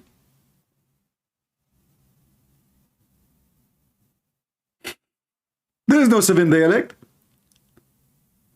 Muhammad, when he recited the Quran, he cannot say what he said yesterday exactly the same. This is why there's a hadith about 2 Muslims, they were fighting. Why they are fighting? Because one of them, he was reciting something weird.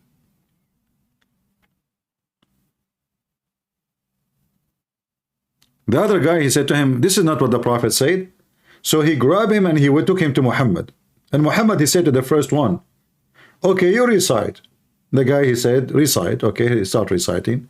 Muhammad, he said, he's right. And now you recite the same chapter. The other guy, he recite.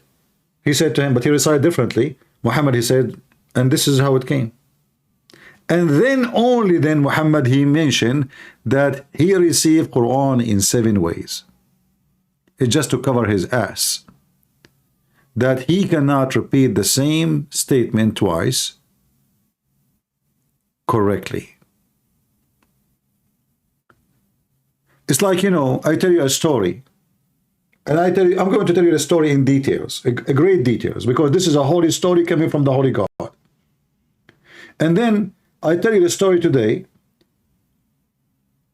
A week after, you ask me to repeat the same story. And then I tell you different details. Different words. And remember, the story here in Islam, the Quran, supposedly I have to be honest and I have to deliver word by word. Not even one letter is missing. It's not like I'm telling you just a story about myself and I can add like word, I can change the word because as long as I'm delivering the meaning. So instead of saying I went to the bus station, I say I went to the station.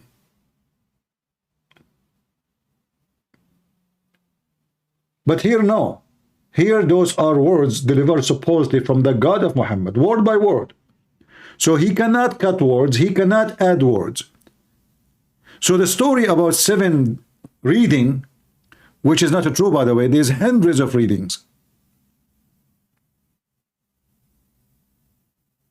is absolutely false. Common belief. No, that's not it. That's not what the I'm saying that you see, a dialect is not a clear language. Like you see when if I'm speaking English, right? There's a dialect English and there's a just a normal English, right? News readers, news. Yes. All right. So okay. Clear Arabic. Allah is saying clear Arabic. Allah never says a dialectical. Okay, I'm not saying dialect. I'm not saying nothing. This is just I'm just fallacy, fallacy. Okay. So now, the Quran, and you've got more than one Quran alone person here, so I'm going to open it as an open question, right? We know in the Ummah, we have people reciting the Quran, and for example, in Surah Al-Fatiha, we recite Malik Yawmiddin, and we also recite Malik Yawmiddin. Now I'm saying, do you agree that both are correct ways of reciting, or do you say there's only one qira'ah, and if there is only one qira'ah, which of the two would you remove? Look, all I'm saying.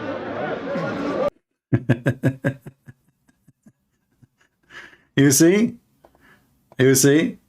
What a stupid religion. Let us see here. Somebody trying to contact me. I was debating a Muslim and he said the hadith that Muhammad tried to kill himself is weak. I told him it was sahih, but he said there are weak hadith in al-Bukhari. Well, the Muslim, they can say whatever they want. Now al-Bukhari is weak. Yeah, anything is embarrassment. They will say it is weak. We know that, you know.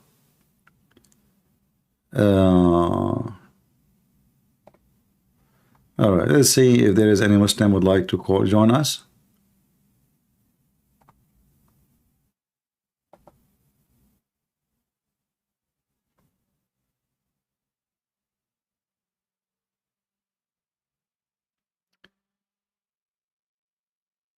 Somebody said, you left me a message in YouTube. I don't leave message to anybody. I don't message people. Don't send me pictures in Skype. I will block you. All right.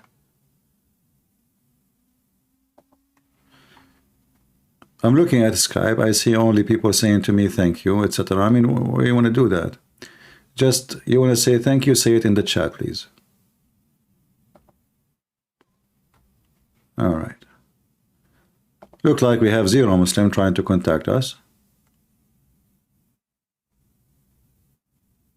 No Muhammadan. If you are a Muhammadan and would like to join us, please feel free. We will be happy to have you live on air. And let us see if you can handle the truth that Santa Claus is real and your God is not. It's a fact. Santa Claus is real and Allah is not real. Prove me wrong. As you see, you don't even agree about anything in your religion. You don't agree about the Quran. You don't agree about the preservation of the Quran. You don't agree about the meaning of the Quran. You don't agree about the reading of the Quran. And you don't even have a Quran. You see, the most famous Quran, the Muhammadan they have, is the one recited to them by a guy, his name is Hafs. Hold on, we don't want this video now.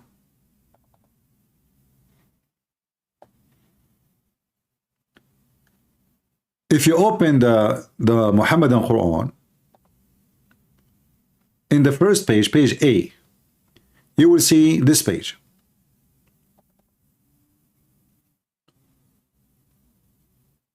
If you know Arabic, you will see the following.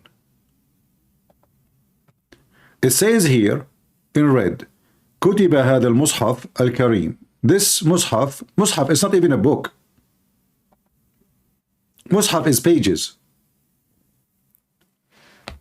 And it was complying according to the recitation or the tale of Hafs. Who? Hafs. According to Asim. Who? Asim. Asim is his stepfather.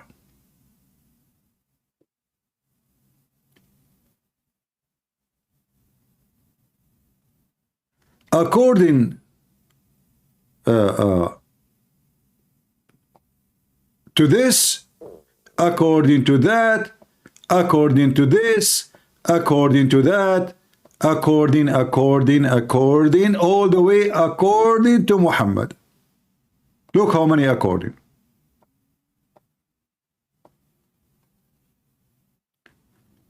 If we go to Hafs, Hafs is 200 years after Muhammad. If we have the book of Uthman as the Muslims they claim, we do not need someone exist 200 years after Muhammad, because we have the book of Uthman. Do I agree? If we have a book, we do not need anyone. This is why all of them, they say, you will notice if you speak Arabic too, it says riwaya. Let me clear the screen again and show you the word riwaya.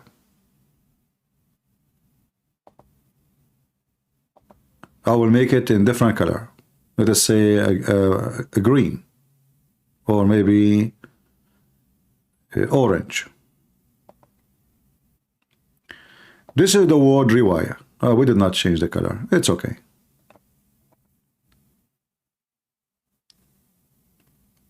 Riwaya, reading.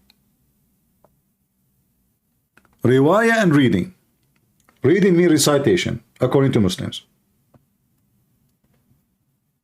Even though that is wrong, by the way, because you cannot read the citation. So Hafs, who been accused to be a big fat liar by Muslim, that's why not a single hadith he said is accepted, is where they got the Quran from, 200 years after Muhammad. Which means 200 years after Muhammad, still the Muslims have zero Quran. 200 years.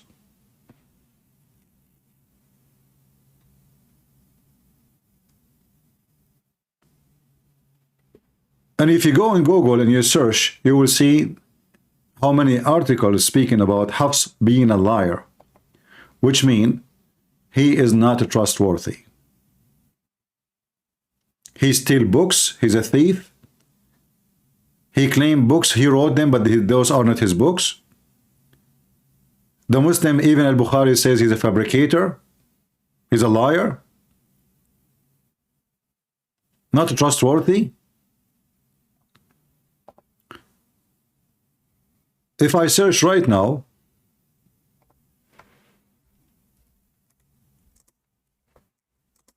in Google,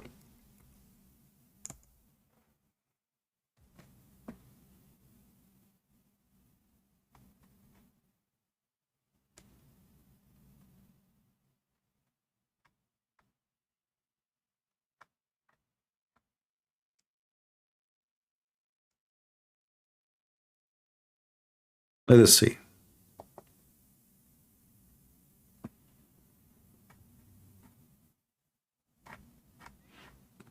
I found a website, but they are not allowing me to read the article.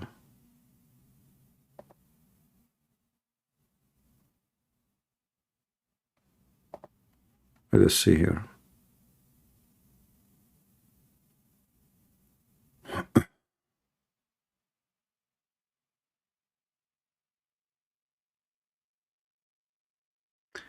This is an official Islamic website. I can give you the link. Look what they are saying about him.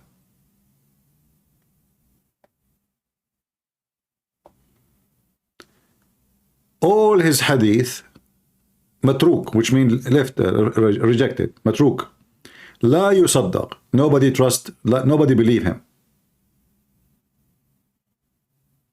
Abu Hatim al-Razi said, the hadith mentioned by Hafs is not to be written. Just throw it in the garbage. Abu Hatim, he said, he flip up the reference, the proofs. He make the one which is down up. And he claimed that he heard from something he did not, from someone he never heard from. All of those, they are saying the same.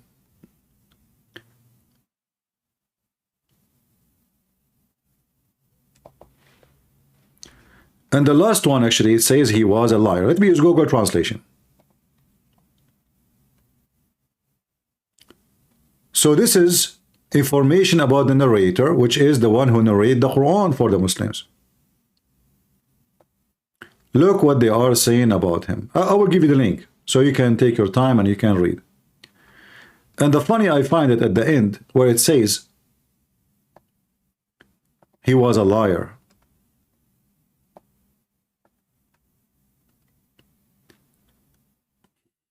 Do you see it?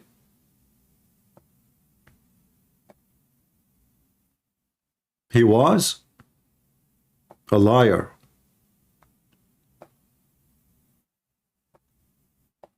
And that is repeated many times. He was, Hafs was a liar. You see it? Let me zoom in.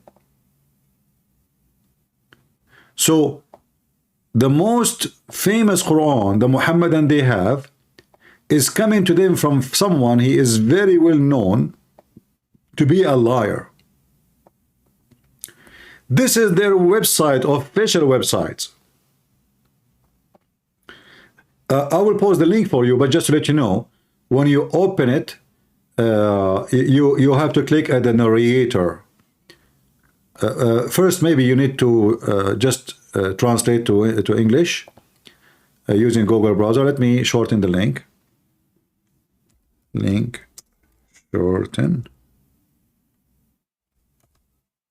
All right. And this is a very, very, very much Islamic website, official one. This is not Christian Prince. This is not my website. I have nothing to do with it.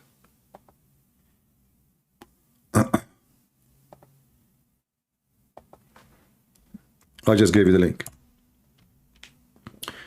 Be sure to open it in Google Translation, in a Google browser. Otherwise, you will not be able to translate.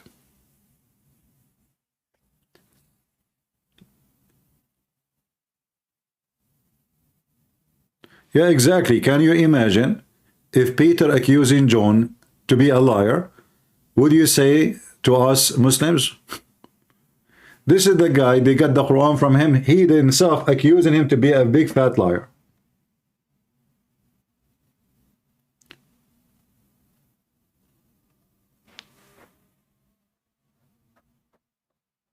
Yeah, Hafiz was a liar, he was a kadhab. Kadhab is not just a liar, he's a professional one. Like all of them.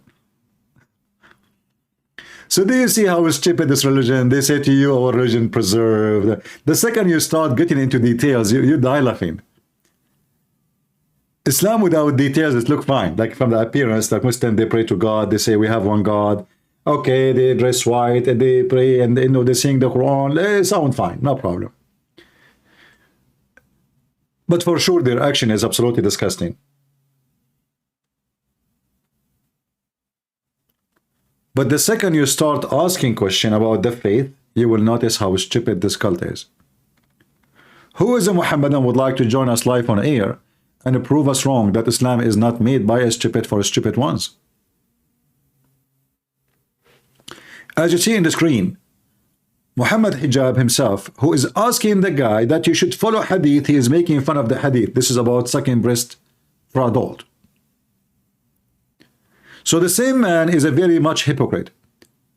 In front of David Wood, he said to him, when David, he said to him, your God have body part. Mohammed Hijab, he said, who said so? But this is in the Quran. And this is in the hadith. You see, if this guy don't believe in the hadith, I would say, okay, he don't believe in the hadith. But as you see, he is defending the hadith. So when they argue with someone who is a Christian, they claim that they don't believe in the hadith. Now he is arguing with the Muslim who believe only in the Quran. He is trying his best to convince him that you have to believe in the hadith. This is how hypocrite they are. This is a cult. We can't even call it a cult. You know, cult, it's too much for such a garbage. This is not a cult.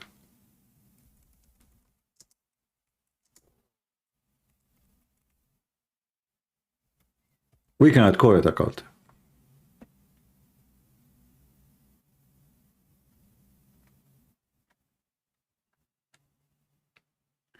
I just found a video. Let us see this one.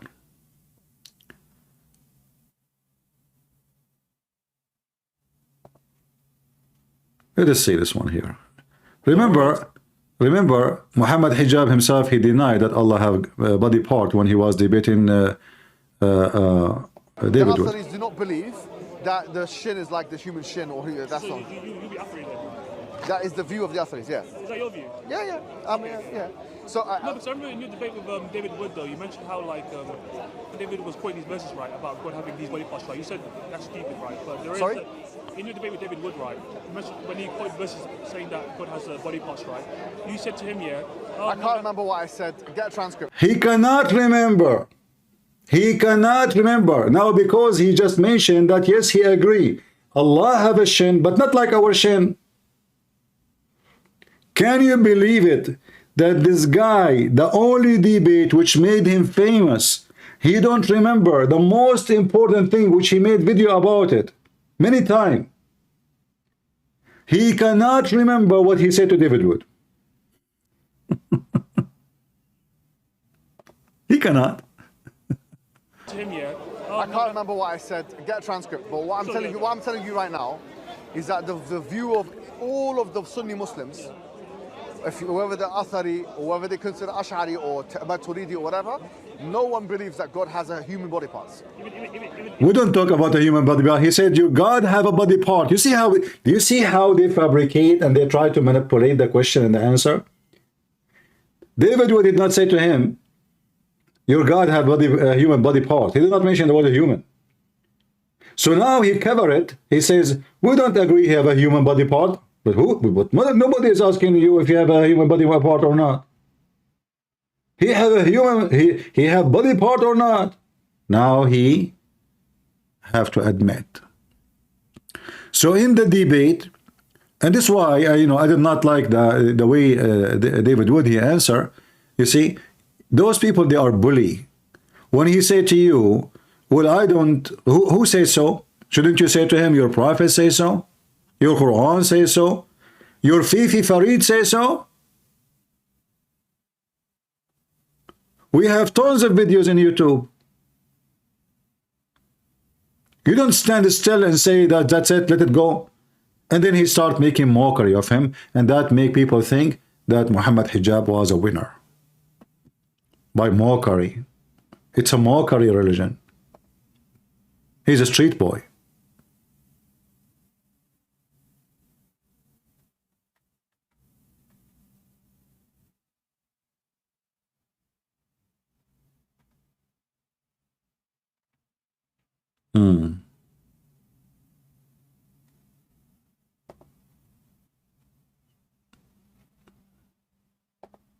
I know. That's why I was saying. I was a prison Salafiyah. Allah has a hand.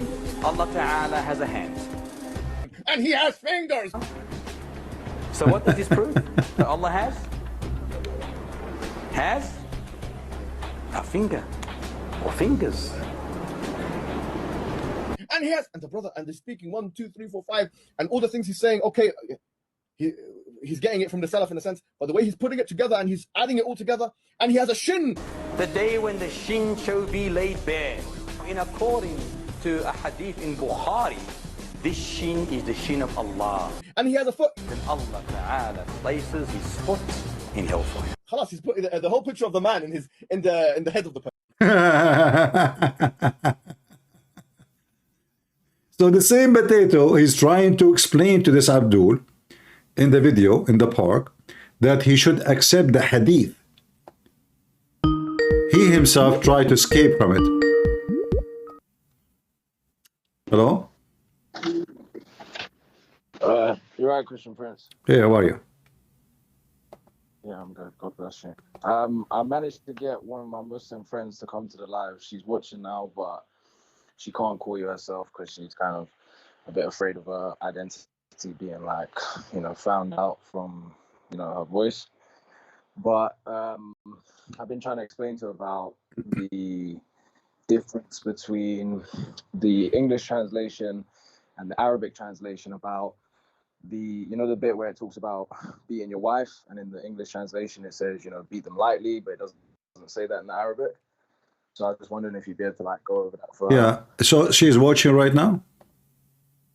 Yeah, she's watching. All right. So if we, I hope she is listening. If we go in the hadith, the reason for this verse actually, because a man, he did beat his wife because he was trying to rape her, force her into sex. And in the hadith it says, Aisha, when she came to Aisha, she said to Muhammad, look at her clothes. I have the hadith in the screen right now.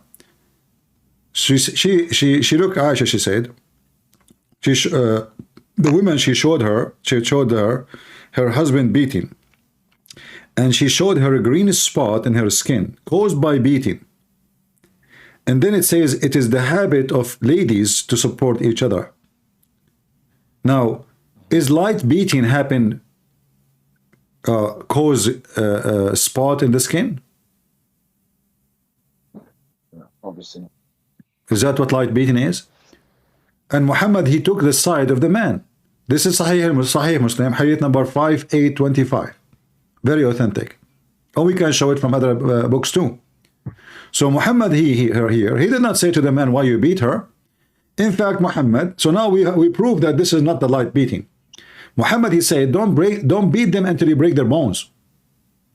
Don't beat your wife the same you beat your slave, which means you can beat your black slave, very tough, very harsh, but don't beat her like the way you beat your slave, and don't beat her until you break their bones. But he can, and even Muhammad, he says, لا يسأل الرجل فيما why no man can be asked, should be asked why he did beat his wife.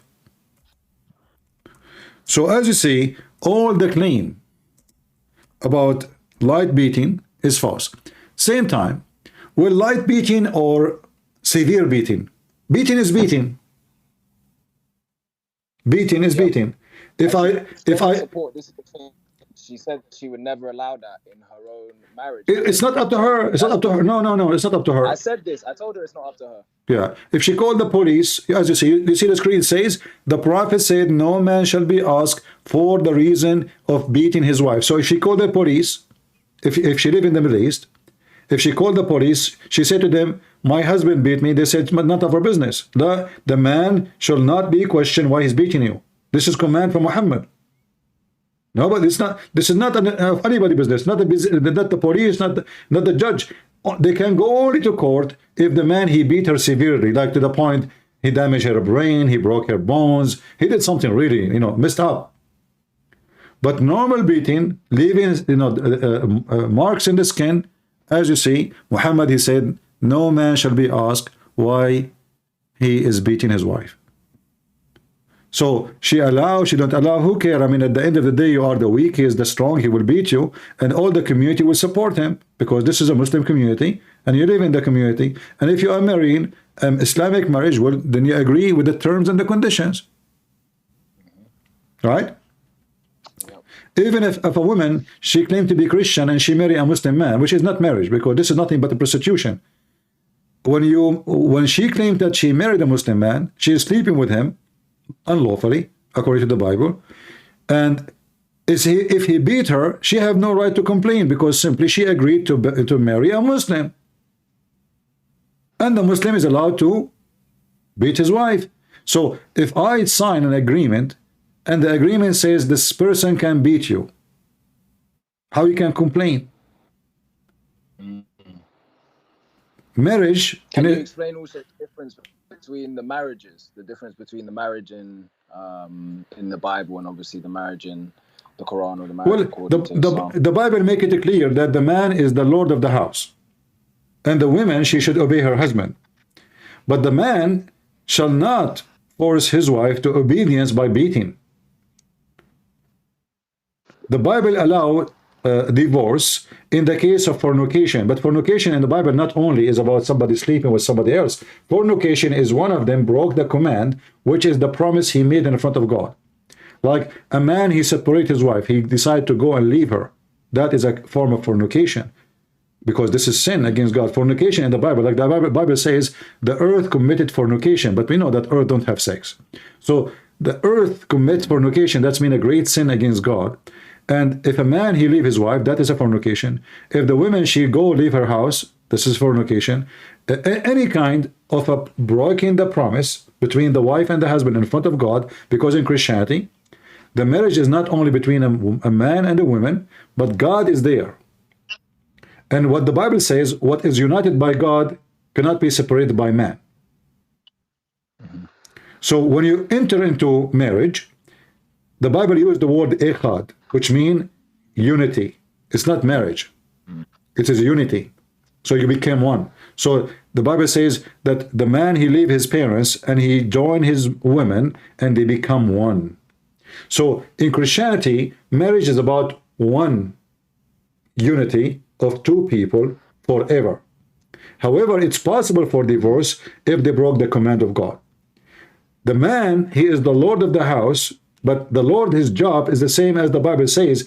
As a Christ, he gave himself to the church. Man, love your wife, the Bible says. Love your wife. And right away the Bible compare loving the wife the same as the Messiah love your church. Love the church. So what he did, the Messiah, he loved the church, he gave himself to the church, which means us. So the man, his job as a provider, as a protector, as a necessity for the house, and the women, her job as to be a loving, loyal, the same as her husband is loving to her. The man, he give himself and his life to his wife, and the wife, she returned that by doing the same. So it's an exchange of love and a promise and loyalty. It's not one way. The man, he cannot marry second wife. Why? Because that's it. There's loyalty. There's decency. I belong to you, you belong to me, we're done. I'm not going to look outside, you will not look outside, and the one of us who look outside, he will be punished by God. So marriage in Christianity is just one man, one woman, for a very simple reason, because a person who is seeking love, one woman is enough for him. A man who is seeking lust, no woman can satisfy him. So Muslims are not seeking love, they are seeking lust. More women is more lust, not more love. And in fact, multi-marriage causes a lot of destruction in the family. You know, when I was a kid, you know, Muslim kids, they come to my house, I play with them with my bike, etc. I go to their house. So once I was in the house of one of the kids, and he starts saying bad language to his brother, and he was saying the F word to his mother. I said to him, how you say that, you stupid? Isn't it his mother is your mother? He said, no. It was shocking for me. Because me as a Christian, I never saw such a thing. What do you mean? Isn't he your brother? He said, yeah. I said, how is your brother? But she's at your mom. So their mothers, they teach hatred between the kids against each other. So when the family grow, each kid from each mother, he hates his brother, and they are fighting over inheritance. To the point in the Middle East, we hear a lot of news about the brother he shot dead his brother over money. Because they are from different family, they are from different women. And women, they start asking the husband for money, so because their future is not guaranteed. They don't know when the husband is going to divorce them. I remember, you know, once a Muslim lady was visiting my mom. My mom, she was cooking in the kitchen, and she said to her, good for you, my neighbor. You are lucky. My mom, she said, why? She said, I don't guarantee even the food I'm cooking I will eat from today. My husband is so angry he might divorce me. Imagine she is cooking, but she is not sure she will eat from what she's just now cooking. Because her husband can divorce her by one word. For in Islam, there's no marriage. You are just like a shoe, you know. I go to the store, I buy a new shoe, I throw the old one. As simple as that. I don't want you. Get out. Even dogs are treated better. In fact, in America, if you beat a dog, you go to jail. Is that correct? Yep. If you beat a woman in Islamic country, you are what? You are a good man. You know you are doing the right thing. It's your job. So even in the countries where they are not even going by the law of God anyway, but still they respect dogs more than Muslims respect their women. Once I want to go out, and I have a screen door, and there's a dog sleeping just behind my screen door. I push the door slowly. He don't want to move. He park. What do I want to do with this dog? You know, like, he don't want to go. He don't want to go. I can push him. I can, you know, he can do it. Like, I mean, I'm not scared of the dog, but I was afraid that they will say he is harming a dog. So I called the police. The police, they came to him and they start speaking to His Majesty. Please, can you please move? You know, and they brought some candies and etc. And then they put steering around his neck, and they took him, and it took like I was late almost an hour for my work. Just because His Majesty didn't want to leave my door. So if this is a Muslim woman and the husband, he decided to kick her out, who is going to stop him? No police, nobody. He put his foot in your back and he will throw you out. So if this lady, she is saying she will not allow it, well, if she live in the West, maybe she can, because she can call the police. But he, as a man, according to his religion, he can beat you. And the word lightly, is not exist in the Quran. The word lightly is not there. You know, actually, I challenge any Muslim, if she knew any Muslim who speak Arabic, to call me and show me the word lightly. If any Muslim can show me the word lightly in the Arabic Quran, oh, I'm willing to shave my 25-foot beard. Can you? You know?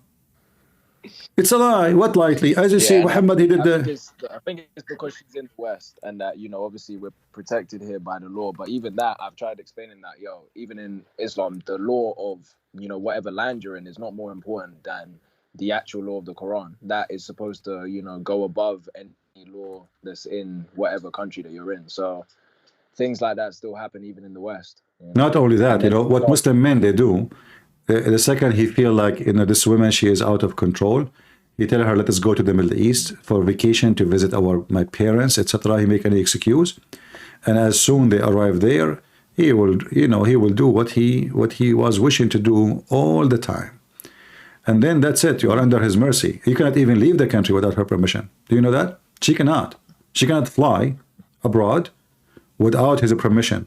A woman, she is not allowed to go out of the town without permission of the husband. So she go to the airport, they will ask her for a clearance from the husband. The husband, he have to go to the police station and sign a paper says, I have no issue with my wife leaving for this reason. And she have to have it stamped by the government. She have to show it when she go in the airport. I don't know if now things is a change from before, but this is how it used to be before. But maybe now not, I don't know. But this is according to Islam. Even leaving somewhere, actually the woman, she cannot even leave her house according to Islam without permission, even to go to do shopping, even to pray. A woman, she cannot pray without her husband permission. A woman, she cannot fast. A woman, she can go right now, search. Is it true that the woman, she needed permission from her husband to fast? Yes, she need. Even fasting. I'm glad you're showing the one on the screen now. That's the one I was looking for the other night to show her. This is like, because she was saying, oh, you know, they can't just beat, you know, first word was they can't beat at all. And then it turned to, oh, they can't just beat for no reason. And I said, there is a reason. There's a reason given, which is rebellion. Rebellion, you know, if you're, you know, rebelling against your husband, that's the reason. Anything. If he said to you, make tea, and you did not make tea, he will beat you. That's what I'm saying. It's subjective. Rebelling is whatever the man wants it to be, you know. Actually, the word there is used is nushud. Nushuduhunna, you know, is disliking, you know, disliking. You will see the same word used when Muhammad, he disliked his old wife, Sauda bint Dama. And here you see the hypocrisy. So when Muhammad, he do nushud, is okay. His wife, she will not beat him.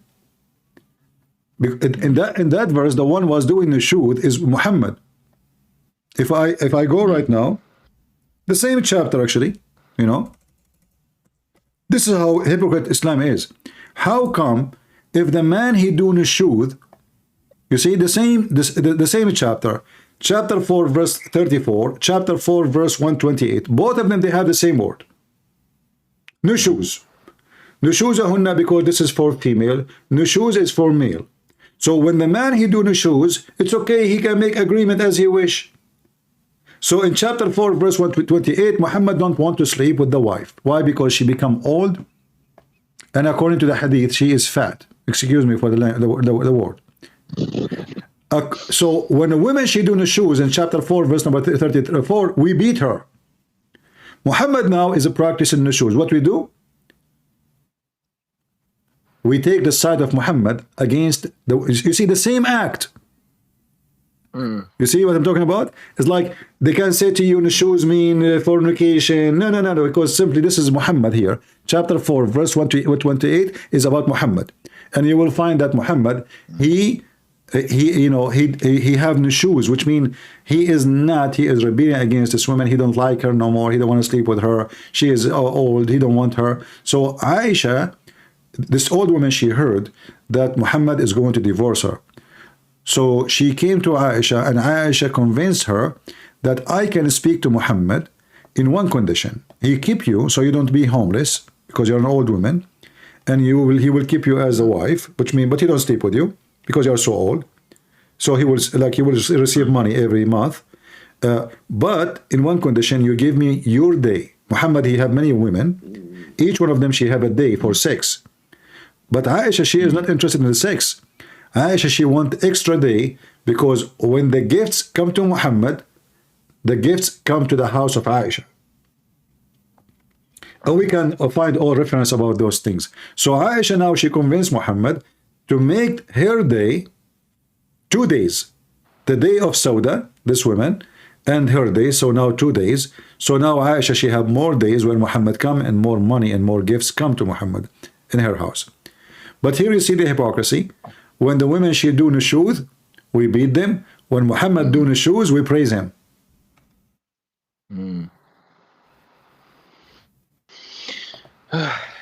Yeah. If she have any question, let me know, please. I will be happy to answer her. Maybe she can get a voice changer software in her phone or something, you know. Yeah, I might try and convince her to do that. Yeah, I mean, not a big deal. Nobody knows who is she. But whatever she wish. I hope I was able to give her, you know. Thank you very much. Yeah, and actually, let me play for you why it is Zakir Naik is going to explain to us why it's a must for the women to ask for permission so she can fast. I mean, even fasting, she needed permission. What is left for the women? So she needed permission for anything, you know. She is just a goat. She is not even considered as a human. In fact, Muhammad, he said the 3 things that disturb your prayer or defile your prayer: a dog and a donkey and a woman. What is more than this is embarrassing. So I will hang up on you and I will play this video. I hope she is listening and she can hear even her fasting. I mean, this is a fasting between you and God. Why the man, he need to give her permission? What is his business? Let us see what they will say. All right. Thank you. Thank you. God bless you. Take care. Compulsory for a wife to seek permission of her husband before she performs a voluntary fast. The beloved Prophet Muhammad said, it's mentioned in Sahih Bukhari, volume number 7, hadith number 5192. The Prophet said that no woman should perform voluntary fast without the permission of the husband if he's at home. A similar hadith is mentioned in Musnad Ahmad, volume number 2, page number 245, hadith number 7343, where the beloved Prophet Muhammad said that no woman should fast even a single day without the permission of the husband if he's at home, except in the month of Ramadan. Here we come to know the reason is that if she performs the voluntary fast, she is infringing on the rights of the husband. Maybe he would want to have her, he may want to spend time with her, and if she fasts without taking his permission. See, guys, so he can fast, and then that will not be a problem if she loses her rights of the husband. The duty of the husband is not important. But if she fasts, that will affect the right of the husband to do boom boom to her. Do you see that? Do you see the filthy religion? The man, he can fast. And it doesn't matter if the women agree or not. But if the women fast, well, the man want to do boom boom. The man who want to do breastfeeding for adult. The man, he want her to do prostitution or maybe, striptease, That will not work. So now we forbid the women from fasting to God, just to entertain the man. And remember, the man have 4 wives. So when the man, he fasts, he cannot give the women needs. Even though Muhammad, he used to suck the tongue of Aisha when he is fasting. Supposedly that was a French kiss. When I play the volume is very low. Let me see why. Okay, hold on. All right, let me know. Actually, the video originally is low anyway, but I did increase the sound down. She may be infringing on his rights. And furthermore, it may even tempt him to do a sin, because if he wants and if he breaks a fast, it's a sin. See? And furthermore, we come to from the hadith that if the husband is not at home and if he's traveling, then she need not take the permission. Or if he's disabled, etc., and diseased and is disabled, his penis is not working.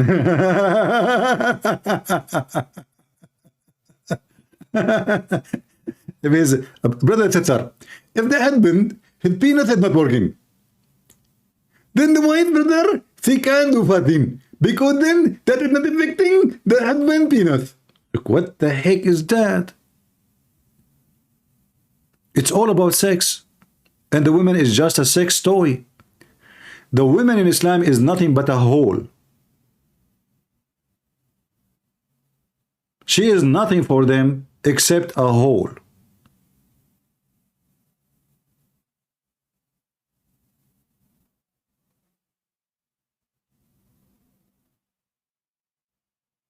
And anyone think that Islam for a second is even a religion, you are fooling yourself. If the man is disabled, that's the problem because his penis is not working now. And what if he is disabled but his penis is not disabled?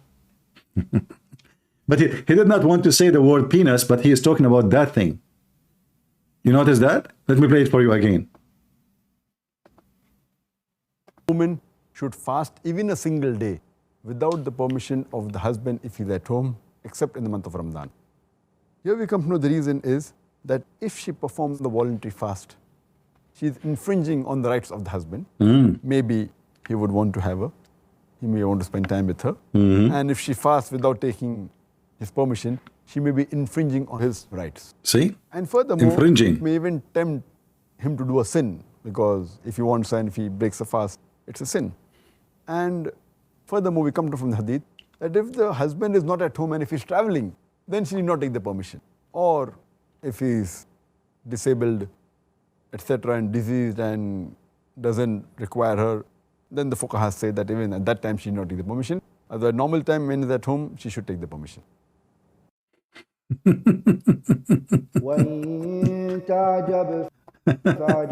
No. You know, you sing the Quran, you don't sing the Quran is stupid.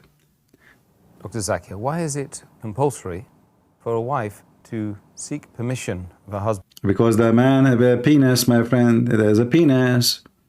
This is the religion of the penis god. You know, penis. Everything is about penis. Even when you go to heaven is about penis. Your God is a penis god. He's a promise about penis. When he promised you endless penis, he promised you for a reason.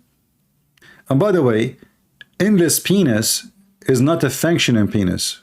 I will explain to you. Because, you know, I don't want to be like, I don't know how to say about this topic. Do we have here anyone is not mature? If you are a Muslim, you can be 7 years and older. 6 years and older, that will make you mature. So listen, if you have a long pipe, so long and so thin, that will make it like a rope. The longer it is, the easier to bend and to be not strong. So how you can use this penis? Imagine you come and you want to have sex with the women with the penis in the size of a macaroni, but it's so long. I don't want to go in details, but the promise of endless penis is endless stupidity. Same time, like why it have to be endless? Is that supposedly like the best thing? You know, like size the matter, you know. Macaroni penis. You go to heaven, every Muslim is penis. You know, you go to the Muslim heaven. What you will see is in this. I mean,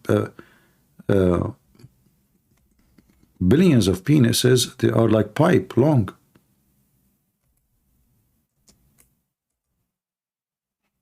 What the heck is that? How you can even walk between them? Huh?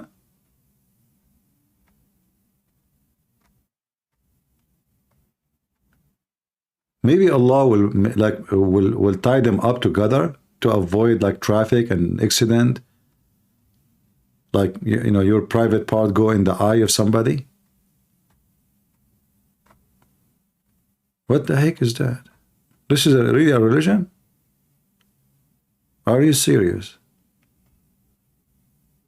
Obviously he is. All right, guys, I think let us see if there's any Muslim.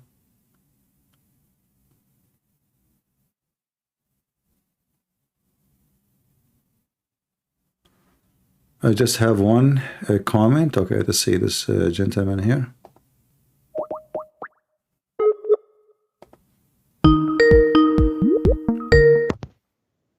Hello? Hi, CP. Hello, yes. Hello. I thought you are a gentleman. I turned to be you are a lady. Okay. Oh, sorry. All right. I should have been clear. But yeah, you know, I've watched many of your videos debating Muslims, and I noticed one time you were using a Quran version that was translated to look like King James Version, which we have, and I laughed so hard. I just wanted to share that with you, because what's the point? Like, the reason we have King James Version is because when King James reigned, he decided to do a project, and they translated the Bible, but the dialect was Old English, so that's why we have King James. But why did they do that? I just couldn't understand, and I thought, it's a comment, but it's a question. Maybe CP would know how to give me an answer for that, because well, Islam is a copy of others. Even the Quran. The Quran never have chapters and numbers. This is false. Like you will never find Muhammad saying chapter or saying number. Like all those Muhammad, he received Quran. He never received chapters. He never received something called verses. But when the Muslim they open. This is why Muhammad, he commanded one of his companions to go and learn Aramaic, because he wanted him to copy the same way as the Bible is meant to be. So in the Bible, it's very well organized, like everything in order, the creation, etc. The Quran is not a book. The Quran never was a book. So every day he make a new statement, and this is supposedly from Allah. And then when he died, the Muslim, they said to him, they said, okay, let's make Quran. Even the Caliphate, he says, why we want to do something the Prophet did not command us to do? Because the Quran says, Inna alayna jam'uhu wa Qur'anahu. It is on us. It is on us to recite and to collect the Quran. Yeah, so, I understand. Yeah, so the Arabic, yeah. So when the Muslims they wanted to do Quran, those are Arab. They have no you know, they are not people who make books. So they have to copy the way the Bible is made. Yeah. And this is how they come with chapter and verses. Otherwise, Muhammad never received a verse, never received a chapter. And all of this is just a copy paste from others. Yeah, I call Muhammad Mumu copycat. You know, copycat. Yeah, actually, chapter 9, verse number 60 says that he is an ear, you know. Yeah. He's an ear, which means whatever he hear, he make a story of it. Like a parrot. Also, like you know how the Old English, because when I learned English, I did not use the Old English because it's kind of harder to understand. And to the point you made, like, it doesn't make sense to read the Quran. It's so hard to understand. I've never read it. My grandpa read it because he was debating his friends, Muslims, at work, but I never read the Quran. But I learned a lot from you, of course, and I'm glad, because it's good to know. Knowledge is good, knowledge is power. But you know, why did they do King James Version? It's only for copy, to look like Christianity, because they try to look like Christianity. They know we're high above them. They know all that. All Muslims know that. That's why they try to be like Christians. Even the copy the old version, like this is why now they start singing the Quran, they start making the music, they have even CD, all of this, because they notice that Islam is a stupid religion, and if we don't do that, well, music is attractive, but all of us, we know that music is against Islam. So so they are trying to abrogate their prophet teaching. And now they have a rap for Islam. They have all kind of things, Now they are gathering teenage girls and boys in one building, which is haram in Islam, because the world is changing. So if they don't do that, I mean, they are behind in everything.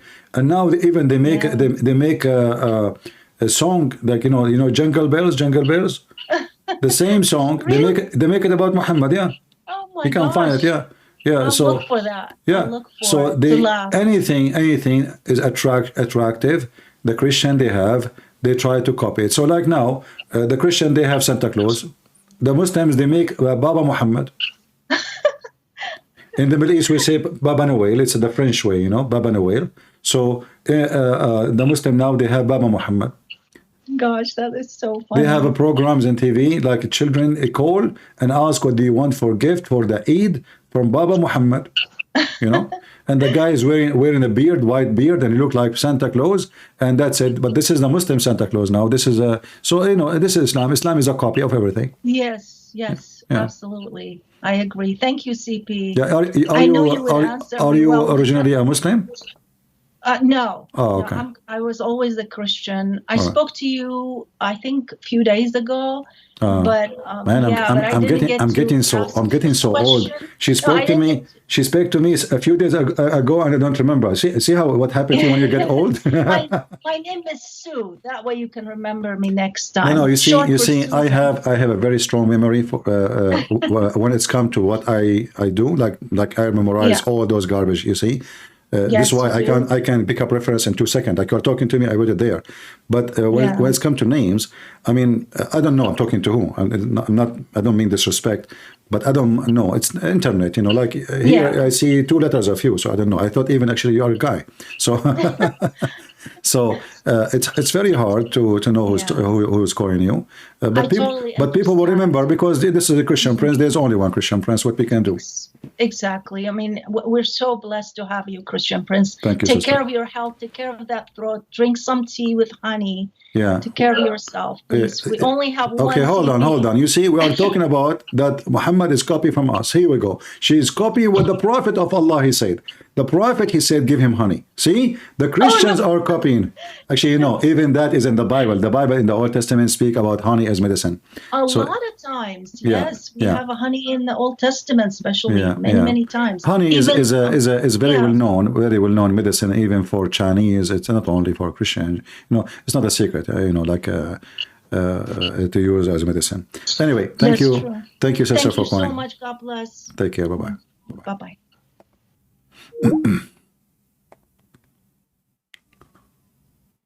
All right.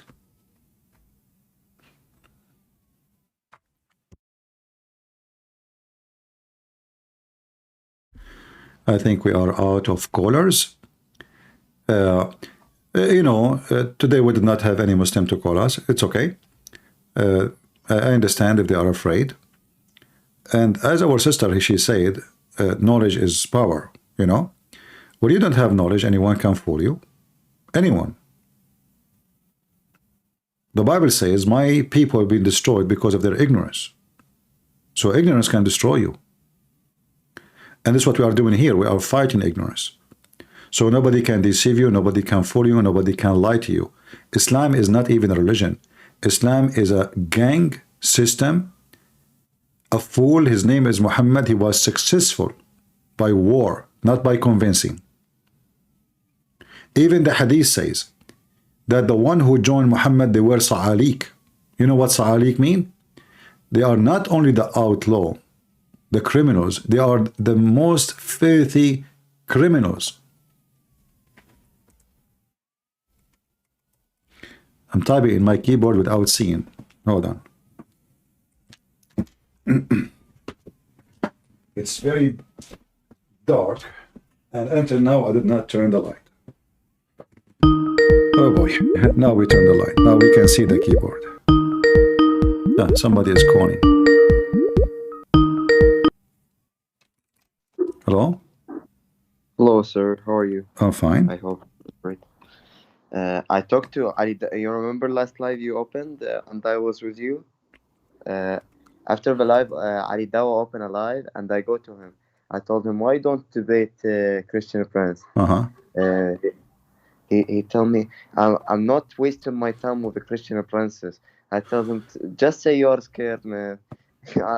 I am scared also when I go to his life and see the Muslim. I'm scared for I feel pity on the Muslim also. So you called him in his life and asked him why you don't debate me. He called me princess.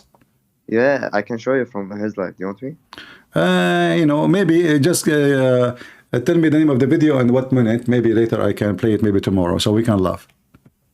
Okay. Yeah. All right. Just anyway. Anything else? No, sir. The princess is the one who don't dare to talk to somebody else, not the opposite. You know?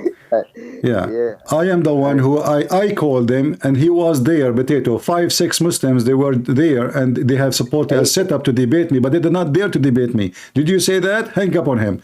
A bunch of cowards. 8 actually. Yeah. They have Not only that, the coward, look how coward they are. They put the computer far away from the microphone so people will not hear what I will say. The microphone in front of the mouth of Mimi Hijab and Liya Dawa, but the computer where my voice will come is in the other side of the room. So when I speak, this is a setup. This is not an incident, you know, like it meant to be. So they put the computer in the other side of the room. So if I say, people will not hear what I am saying, but you know, they forgot I will go live and I have it all recorded. I see the debate 4 times. Like you give him two stories of Paulus mentioned, not one. He rejected the first one. You said, give me 20 seconds. I will give you 20 seconds. You have a 20 second. Yeah, he decide how many seconds too. And he thought you will not find it in 20 seconds. Not only that, you see what I did to him is stupid. So he thought I will give him from Ibn Kathir because I mentioned that before, but I gave him a surprise. I gave him in less than 20 seconds, in 10 seconds, I gave him ones from different books. So the stupid, he started answering about Ibn Kathir when I'm not giving him Ibn Kathir. I gave him different book. But because this is what they prepared themselves for. They prepare for Ibn Kathir, you know? Mr. CP, you know the Hadith 27? Brother, don't call me Mr. What Mr.? I'm your brother. Okay. All right. Okay, big brother. You know Hadith 27? When you hear the Muslim slap the right cheek and slap the left cheek about the Christian, right? Mm-hmm. They have it in the tafsir of Ibn Kathir and Al-Qurtubi and Al-Tabari on 27 Hadith. Yeah. They have that, so they are, and Al-Amaliq also. They have Al-Amaliq story. You are speaking Iraqi accent, right? Yeah, Iraqi accent. شلونك الله يخليك. Don't say Allah بلا زفتي يا زلمه. All right. All right. Okay, brother. Take care. God bless you. Bye bye. See you next live. All right. Bye bye.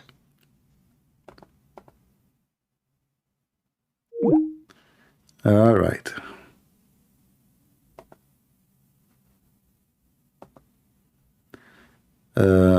Let's see.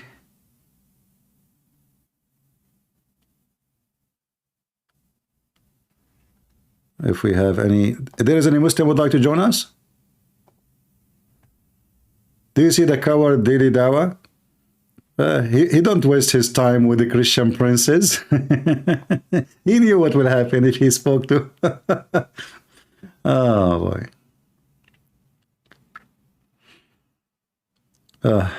Lord have mercy.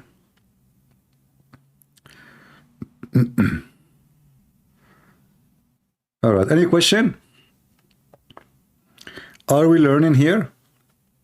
As you see here, you see the Muslim, they translate the word sa'alik as poor migrant. Look at the fabrication in the translation. Yes? Yeah. Sorry to yeah.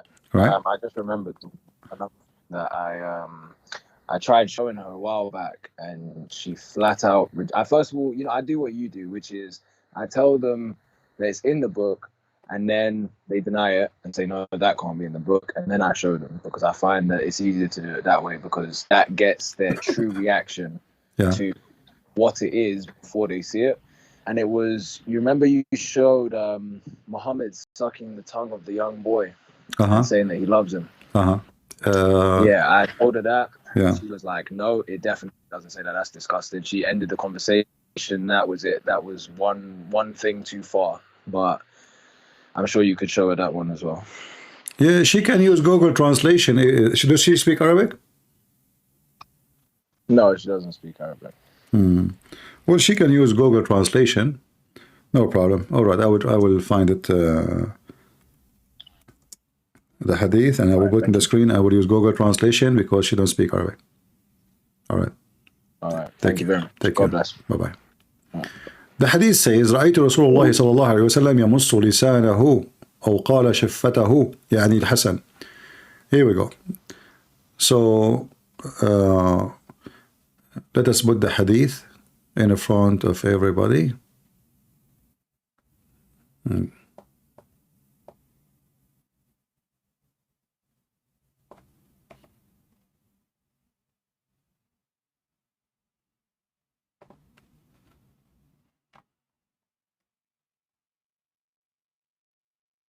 Actually, I have even videos about this. The Muslims are proud about it.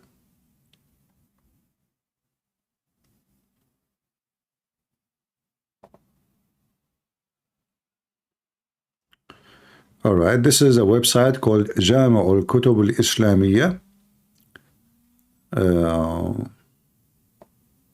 and this is in the book of Musnad Ahmad.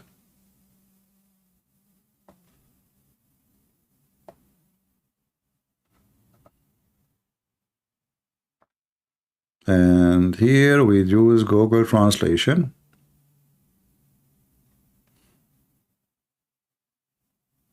The messenger suck Al-Hasan tongue and lip.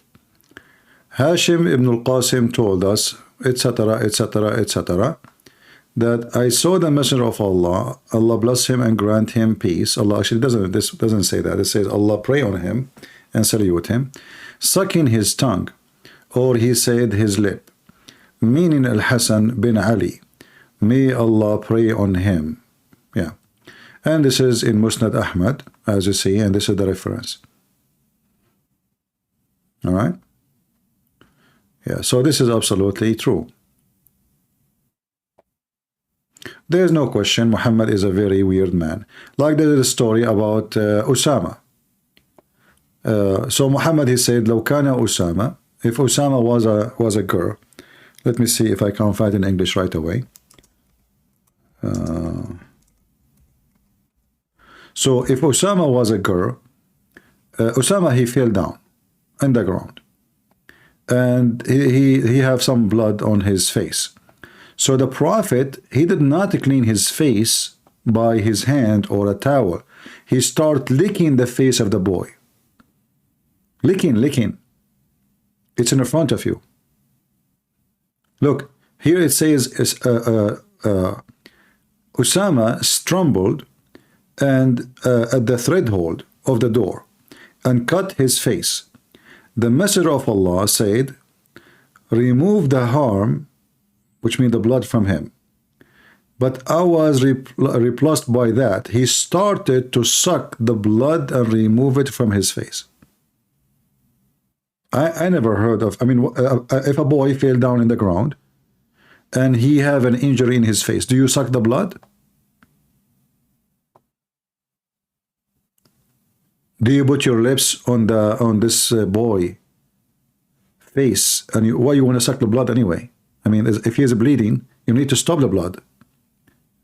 We do suck blood usually to spit it out if the person he was bitten by a snake, because there's a poison, right? So if a snake did bite somebody, let us say anyone, and you want to help the person, if your mouth is not injured, there's no like bleeding or anything, you can do that. You can make a cut on the skin where the snake that bite the person, and you do your best to suck the blood, because the poison did not go through the body. The whole purpose is to take the poison out with the bleeding blood. But here the boy, he just fell down. So there is tons of reference about Muhammad doing all kind of weird stuff, and obviously he have something for kids. That's why he like Aisha. Aisha, she was a little child. And look what he said. Why he, I mean, the guy is injured. The boy is injured. Why he wish he's a girl? Anyone can tell me why? I mean, what is the connection? Did you see what it says after that? And then he said, if Osama were a girl, I would have adorned him and dressed him until I married him off. What the heck is that? I mean, he's a boy.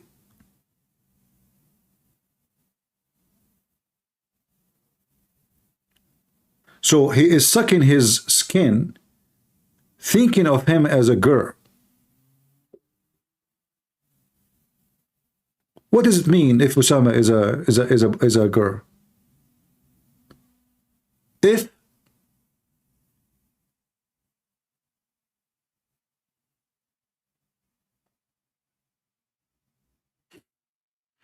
so, we have many of his stories about this man. All of them, they are weird. But remember, the Muslims, they always defend everything Muhammad he do. But if you do it yourself, if there is a video of me doing that to a boy, what the Muslim would do? They will publish it everywhere. Christian Prince, look what he's doing, disgusting, blah, blah, blah. Right? If any of us do this, and somebody cut you in video, first, the police will be all over you, questioning what you are doing. In America, child abuse taken seriously, not like in the Middle East.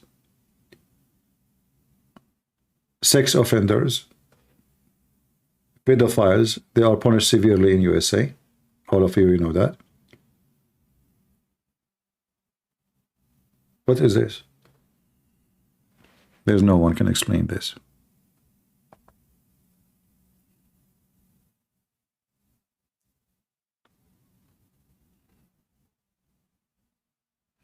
Yeah, but Zabashi, yeah. Actually, you know what? There is a video I saw in Twitter. I retweeted. I don't know if you guys saw it. I cannot play it here. Sorry, it's really bad. And I wrote in the top of the tweet, "The land of Allah." If you watch it, you will die laughing. All of them, they are Muslims, and they are believers in Islam and Allah. And look how pervert their community is. If I play it for you, you will be disgusted.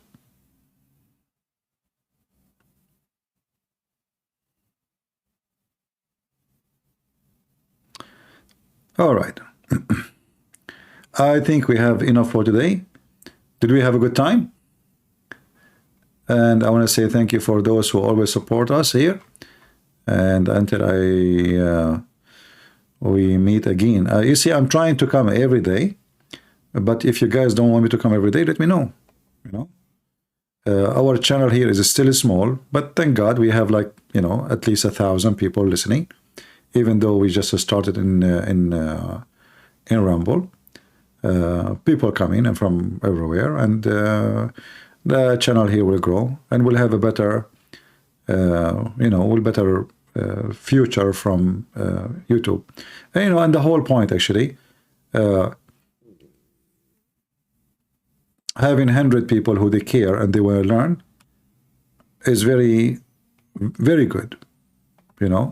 It's not about number, but for sure we want, because the earth is full of humans and we have billions of humans and they don't see really, they don't know. Most of people are still so ignorant. And this is our point when we say we want more and more. Otherwise, as I say, I don't really care about how many came here. I would do my part. If there is 100, if there's 1,000, if there's 10,000, it doesn't matter how many. We will do what we need to do. So I will try to come here tomorrow, and I'm trying to make it like almost the same time. What do you think about the time I'm coming every day? Is it good? Do you like the time? Is our time good? Like I'm going every day, in the time like around 4 p.m. New York time, something like that. I hope that a good time. So people in Europe, they can join. People in USA can join. You know, people are almost done from their work. They are driving, going home. Yeah, so we can, you know, we can share. Put the link of the Arabic web. Well, you know, this is sunnah.com. This is sunnah.com. You see? Here, sunnah.com. And the Arabic web, which one you want? I don't know which one you want. Anything you see in my screen, let us say, just to teach you how to find it. So let us say you saw this hadith here. You want to find it. How you can find it? It's very easy. You know, in Google, you freeze the video, stop, you know, and type in Google like one line, exactly the same, letter by letter. You will find it.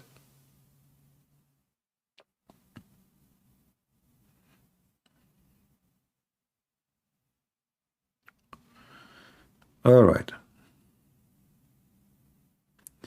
A little bit earlier will be good. Okay, well, I'm trying to, you know, to make it good for everybody. And as you see, I'm not staying here for like, you know, a very short time. Each time, at least we stay 2 hours, 3 hours, 6 hours, you know. The first one in Arabic, which one first one? The one about sucking the tongue? About the sucking the tongue.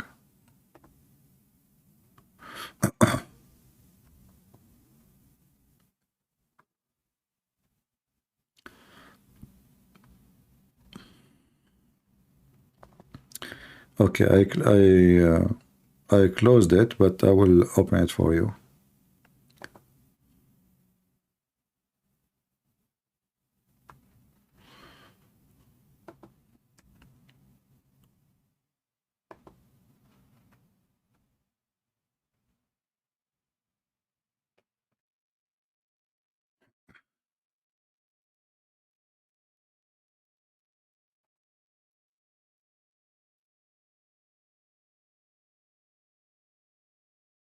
Actually, there's many hadith. I don't know which one I will show you, but let us see here. Okay. I just closed the website. I need to find it again.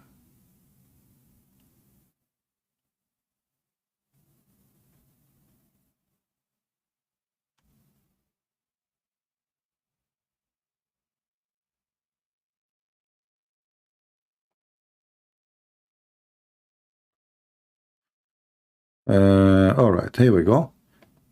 This is the link you are seeking. Then you can use Google Translation to translate.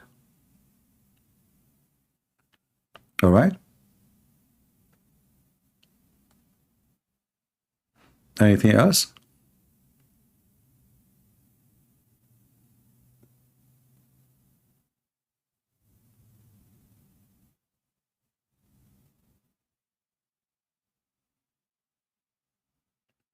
Any other question?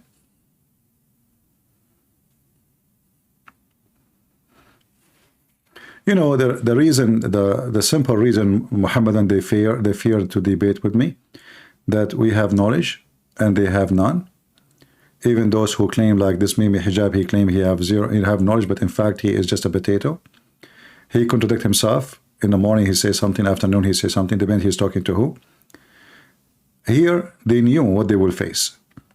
If I am David Wood, leader Dawah, he have no problem to talk to him. If I am opposite prophet, leader Dawah will be happy, and Mohammed Hijab. How many times they make a bust to opposite prophet, like they invite him to a program and suddenly Mohammed Hijab is there, you know?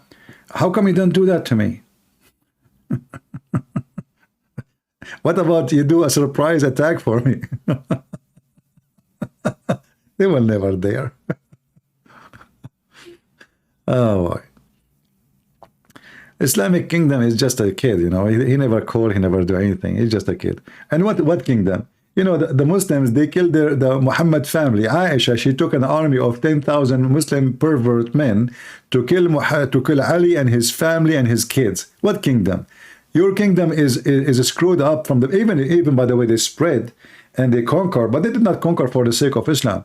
Those are Bani Umayyah. Bani Umayyah are a bunch of criminals. Even Muhammad in the Quran, he said that he bought them, he bought their heart. وَالْمُؤَلَّفَ قُلُوبَهُمْ. So he paid them money to convert to Islam. Imagine the coward Muhammad. And then the same people who he paid them money, this is the biggest mistake Muhammad he did. The same people he paid them money to convert to Islam, they took over his religion and they killed his family and they destroyed the family of Muhammad. In fact, those people who Muhammad paid them to convert to Islam, they destroy all of Islam together. Because since then, Islam is extremely divided. So this is why you see Hezbollah, they want to kill the Sunni. All of this because of the family of Abu Sufyan. All of this garbage. Muhammad is a garbage. Because he's a garbage, he bought a believer. Bought. He went to Abu Sufyan, he gave him gold and silver. وَالْمُؤَلَّفَ قُلُوبَهُمْ. Do you speak Aramaic? No, my friend, I don't speak Aramaic. I know little, you know, little. But my little sometimes can be big. And sometimes can be very small. So Muhammad, because he's a false prophet, imagine Jesus, he pays somebody to convert to accept him as God. Can you believe it? Imagine me going to a Muslim, says, hey, I will give you $100 if you become a Christian. This is even stupid because this guy did not convert.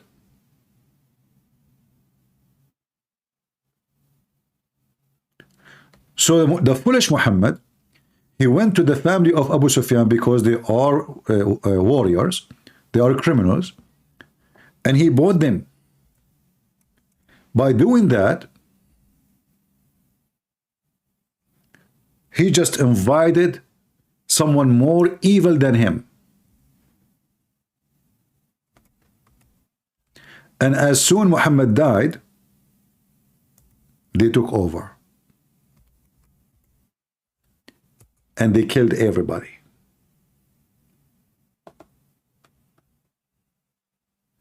In chapter 9, verse number 60, is speaking about giving alms.